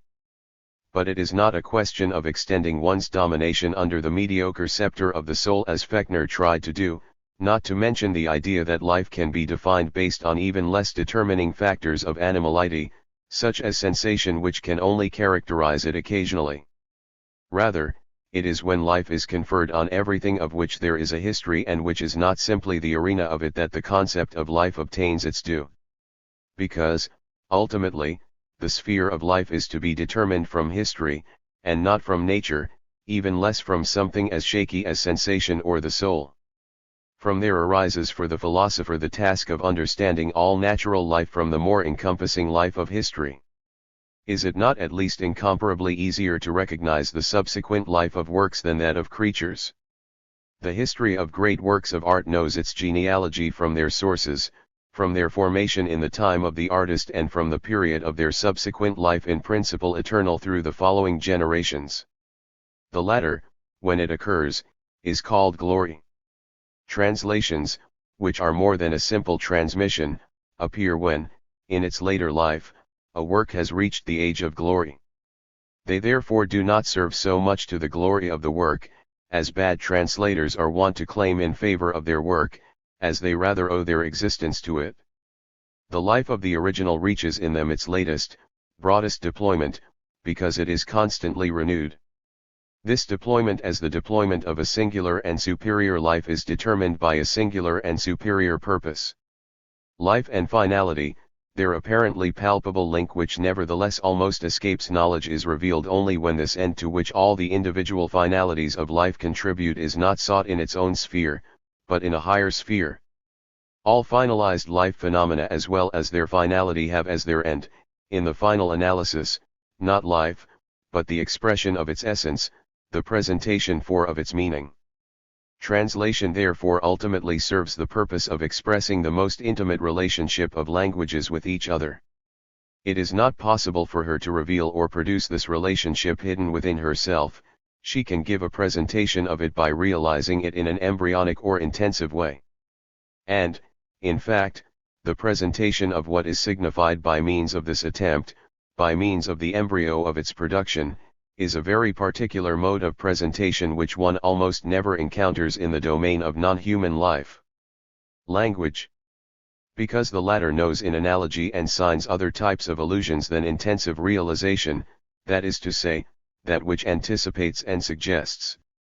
This thought-out and very intimate relationship between languages is, however, a particular relationship of convergence.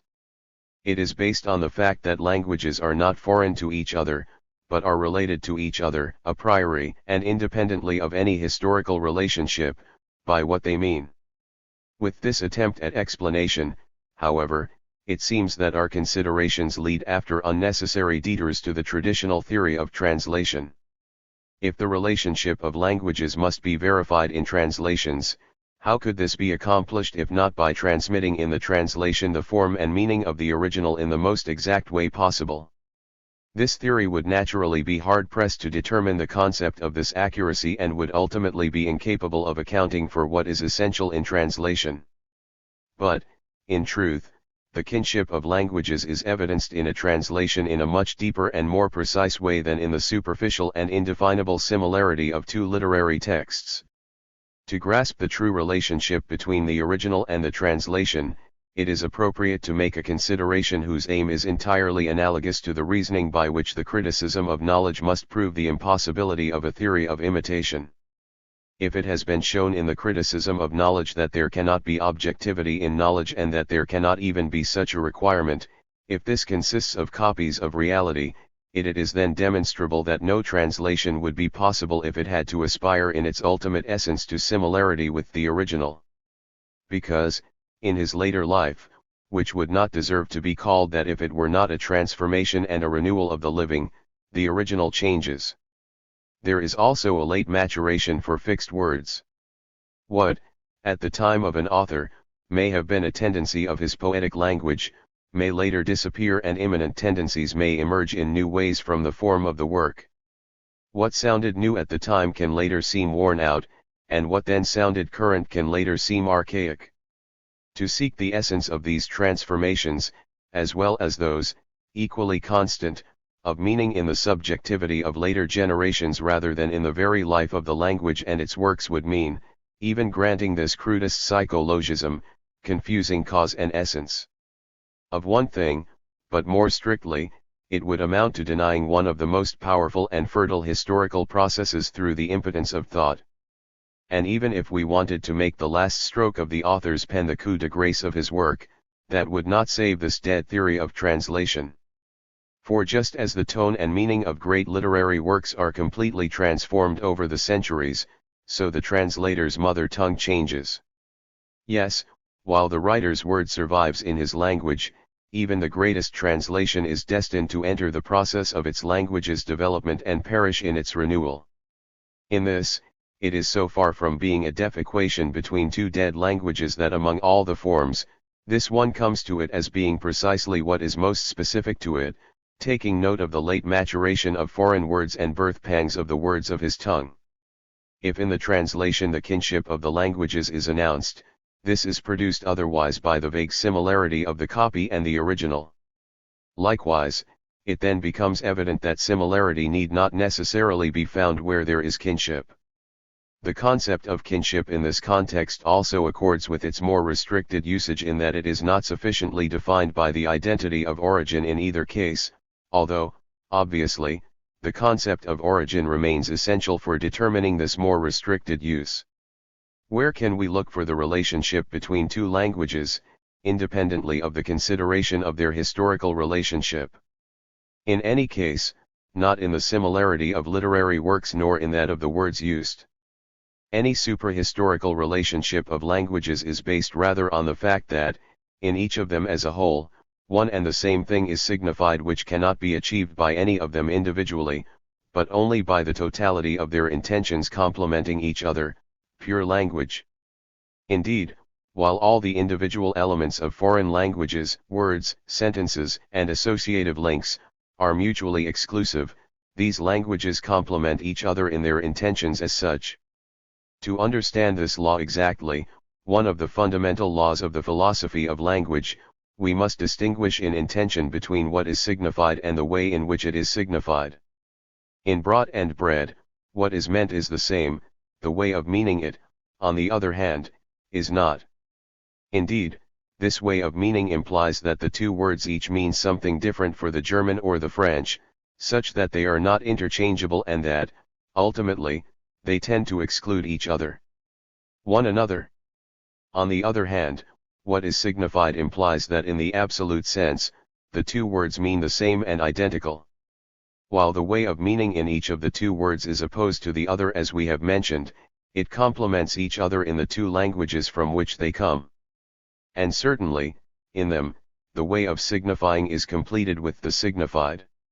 In individual languages, that is to say in languages which have not been completed, we never find what is signified in a state of relative independence, as is the case for sentences or individual words, but rather caught in a continuous change until it manages to escape from the harmony of all these ways of meaning and appears as pure language. Until then, it remains hidden in languages.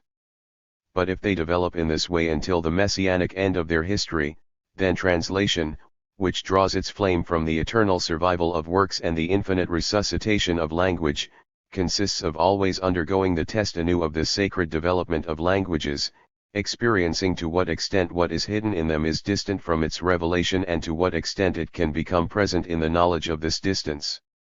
Which certainly amounts to admitting that any translation is only a somewhat provisional way of explaining the strangeness of languages.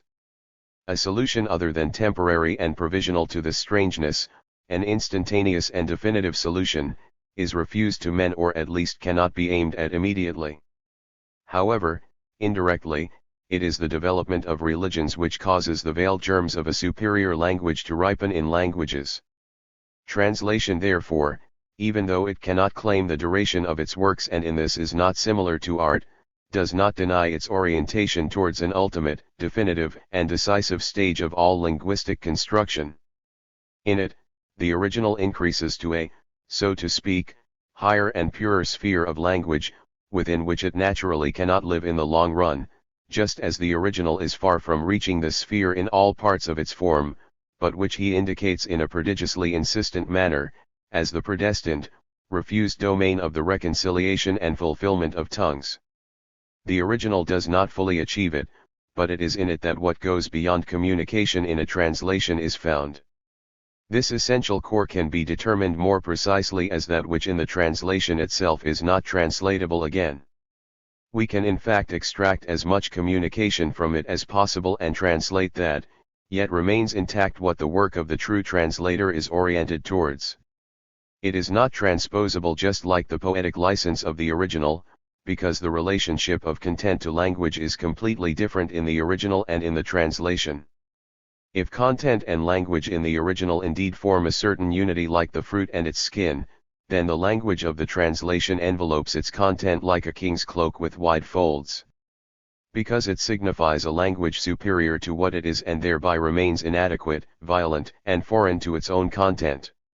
This fragility prevents this transposition at the same time as it makes it superfluous. Because each translation of a work made at a certain moment in the history of the language represents, with regard to a particular aspect of its content, the translation into all other languages. The translation therefore transplants the original into a sphere of the language, in this at least more definitive, ironically, that the original can no longer be displaced by any transposition, but on the contrary can only always be elevated there to new and each time in relation with other parts of himself. It is not for nothing that the word ironically can recall the reasonings of the Romantics. The latter had before the others an intuition of the life of the works of which the translation is a supreme attestation. They of course barely recognized it as such, all their attention was instead focused on criticism, which also represents a moment, albeit a more limited one, in the subsequent life of the works. However, even if their theory could not, so to speak, be oriented towards translation, their great work of translation went in itself with a feeling of the essence and dignity of this form. This feeling, everything indicates, does not necessarily need to be the strongest in the writer. Indeed, he perhaps has much less space within himself, as a writer, to deploy himself. History does not at all suggest the traditional prejudice according to which important translators are great writers and minor writers are translators of a lower level.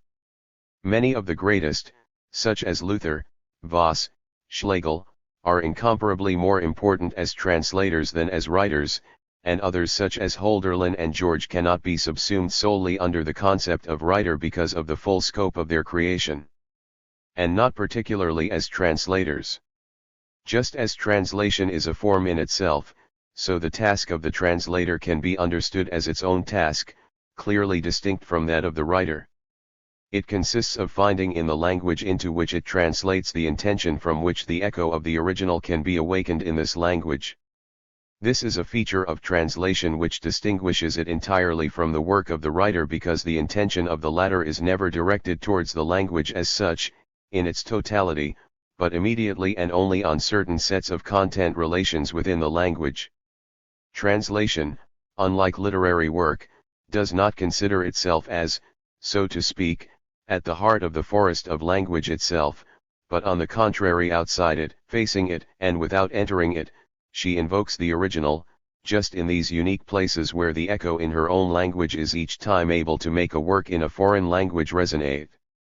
The intention of the translation is not only oriented towards something other than that of the literary work, namely a language in its entirety proceeding from a single work of art in a foreign language, but it is also in itself another intention.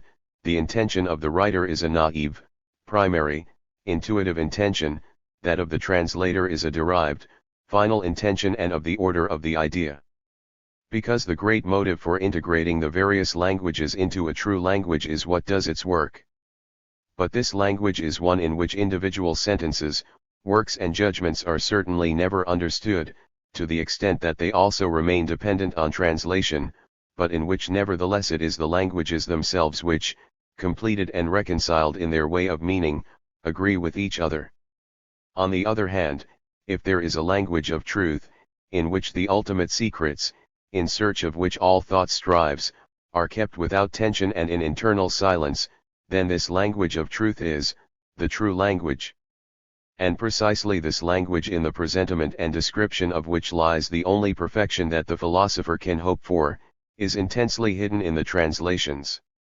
There is no muse of philosophy, nor is there a muse of translation.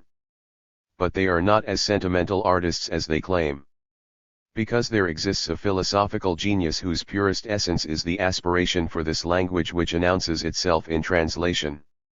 Languages are imperfect in that many lack the supreme, thinking being writing without accessory, nor whisper but still tacit the immortal word.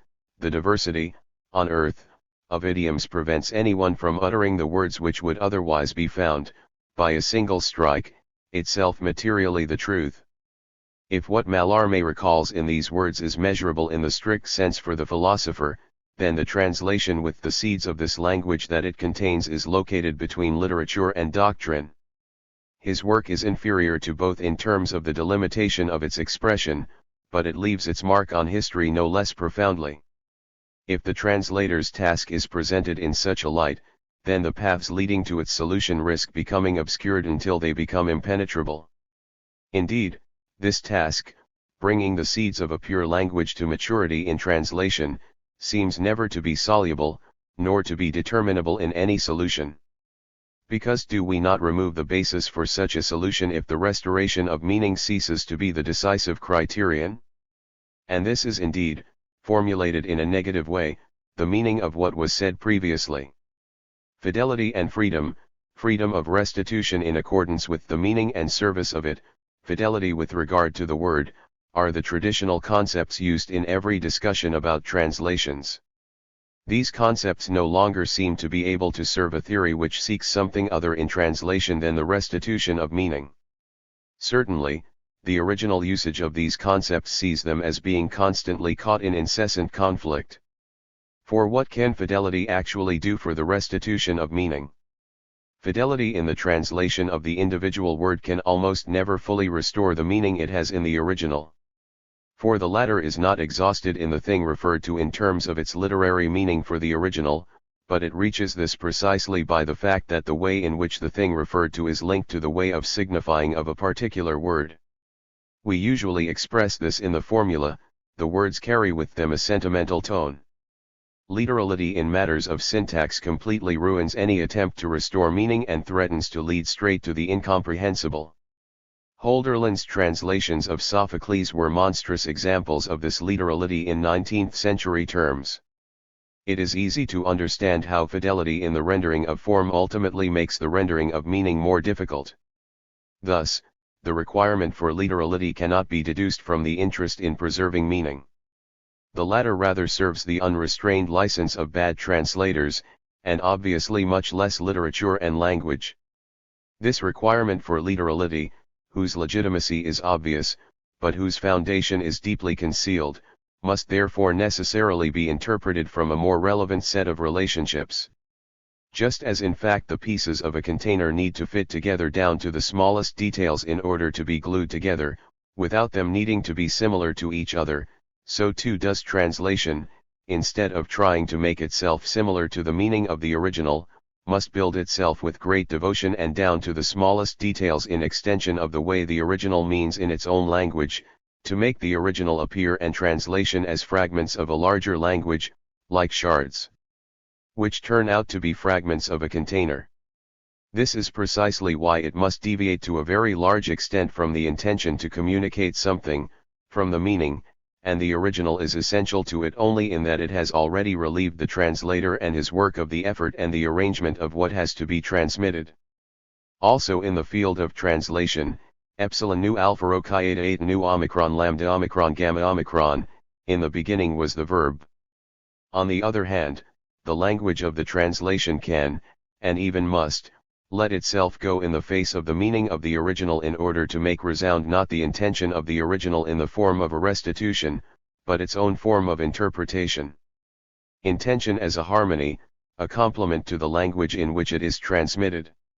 This is why it is not the highest praise that can be given to a translation to say that it reads like a work whose original language is that of the translation, especially at the time of its release. The meaning of fidelity guaranteed by literality is rather that the great aspiration to complete the language spoken through the work. The true translation is translucent, it does not cover the original, it does not overshadow it, on the contrary, it only allows the pure language to fall back, reinforced, so to speak, by the medium of translation, all the more fully on the original. This can be achieved above all by literality in the transposition of syntax, and this literality shows that it is the word and not the sentence which is the original element of the translator. Because the sentence is the wall in front of the language of the original, and literality is the arcade.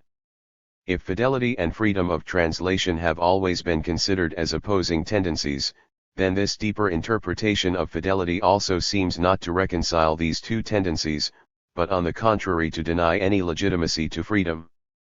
Because what does the freedom of translation refer to, if not the restitution of meaning which must cease to be called legislative? Only if we accept that the meaning of a work of language is posited as identical to that of its communication, then one last thing, a decisive thing, remains both very close to it and yet infinitely distant, hidden in it or obvious, broken within, or powerful beyond all communication. There remains in every language and in its works outside of the communicable something non-communicable, something which, each time, depending on the context in which it is encountered, symbolizes or is symbolized. It symbolizes only in the finished works of languages, it is symbolized, on the other hand, in the future of the languages themselves. And what seeks to present itself, in fact to produce itself, in the future of languages is this core of pure language itself. But if this, whether hidden or fragmentary, is nevertheless present in life like the symbolized itself, then it only lives in the works in a symbolized way. If this ultimate essential character, which here is the pure language itself, is only linked to the linguistic element and its changes, then it is loaded in the works with a difficult and foreign meaning. Delivering this essential character of this meaning, making the symbolized itself, reconquering the pure language configured in the movement of the language, such is the immense and unique power of translation. In this pure language which no longer means anything, no longer expresses anything, but which as an inexpressive and creative word is what is aimed at in all languages, all communication, all meaning, all intention finally reaches a layer within which they are destined to fade away. And it is precisely from it that the freedom of translation into a new and superior right is attested. It does not derive its existence from the meaning of communication to the extent that the translator's task consists precisely in emancipating himself from it. Rather, freedom is experienced within one's own language in the effort made towards pure language. To deliver in one's own language this pure language which is banished and exiled in foreign languages, to free the language imprisoned in the work through its literary transposition, such is the task of the translator. It is with a view to this pure language that the translator breaks the worm-eaten fences of his own language. Luther, Voss, Hölderlin, George have extended the limits of German. What remains as a result of the importance and meaning of the relationship between the original and the translation can be grasped with the help of a comparison. Just as the tangent touches the circle furtively and at a single point, and just as this tang in C, and not the point of tang in C, prescribes the law according to which the tangent continues its course to infinity, so the translation furtively touches the original and only at the infinitesimal point of meaning to follow according to the law of fidelity its own course in the movement of the language. Rudolf Panwitz characterized the true meaning of this freedom, without however naming it or finding a basis for it, in the developments of his work The Crisis of European Culture 5. These, together with Goethe's statements in his notes to the Divan, can easily be considered the best things that have been published in Germany in the field of translation theory. It is written there in particular, our translations, including the best, start from a false principle, they seek to Germanize Indian, Greek, English, instead of Indianizing, Hellenizing and Anglicizing German. They have a much greater respect for the uses of their own language than for the spirit of the foreign work. The translator's fundamental error is that he maintains the contingent state of his own language instead of making it change powerfully by the foreign language of the translated work. Particularly when he translates from a language very far from his own, he must plunge back into the ultimate elements of the language itself, Where word, image and sound converge, he must broaden and deepen his own language through language. Foreign country from which he translates. We have no concept to know to what extent this is possible, to what extent each language can be transformed and to what extent one language is distinguished from another only as a dialect is distinguished from another, but this is true, not when we consider languages too lightly, but on the contrary when we take them seriously enough. The translatability of the original objectively determines to what extent a translation can correspond to the essence of that form. The less importance and majesty the language of the original has, the more communication there is in it, the less there is to gain for translation, to the point that the supremacy of meaning, far from being the driving force behind a compliant translation rather causes it to fail. The more elevated a work is, the more translatable it remains, if only through the most furtive contact with its meaning. Obviously this only applies to the original. The translations, for their part, turn out to be untranslatable, not because of their difficulty, but because of the too elusive mode in which the meaning inhabits them. On this point, as on every other essential point, Hölderlin's translations, particularly those of the two tragedies of Sophocles, present themselves as a confirmation. In these translations, the harmony of the languages is so profound that the meaning is only touched like an Aeolian harp by the wind of the language. Hölderlin's translations are the prototypes of their form. They relate even to the most perfect translations of these texts like the prototype to its model, as shown by the comparison of the translations of Pindar's Third Ode by Hölderlin and by Borchardt. This is precisely the reason why there is in Hölderlin's translations more than in others this monstrous and original danger specific to all translation, that the doors of a language so enlarged and subjugated close and lock the translator in silence.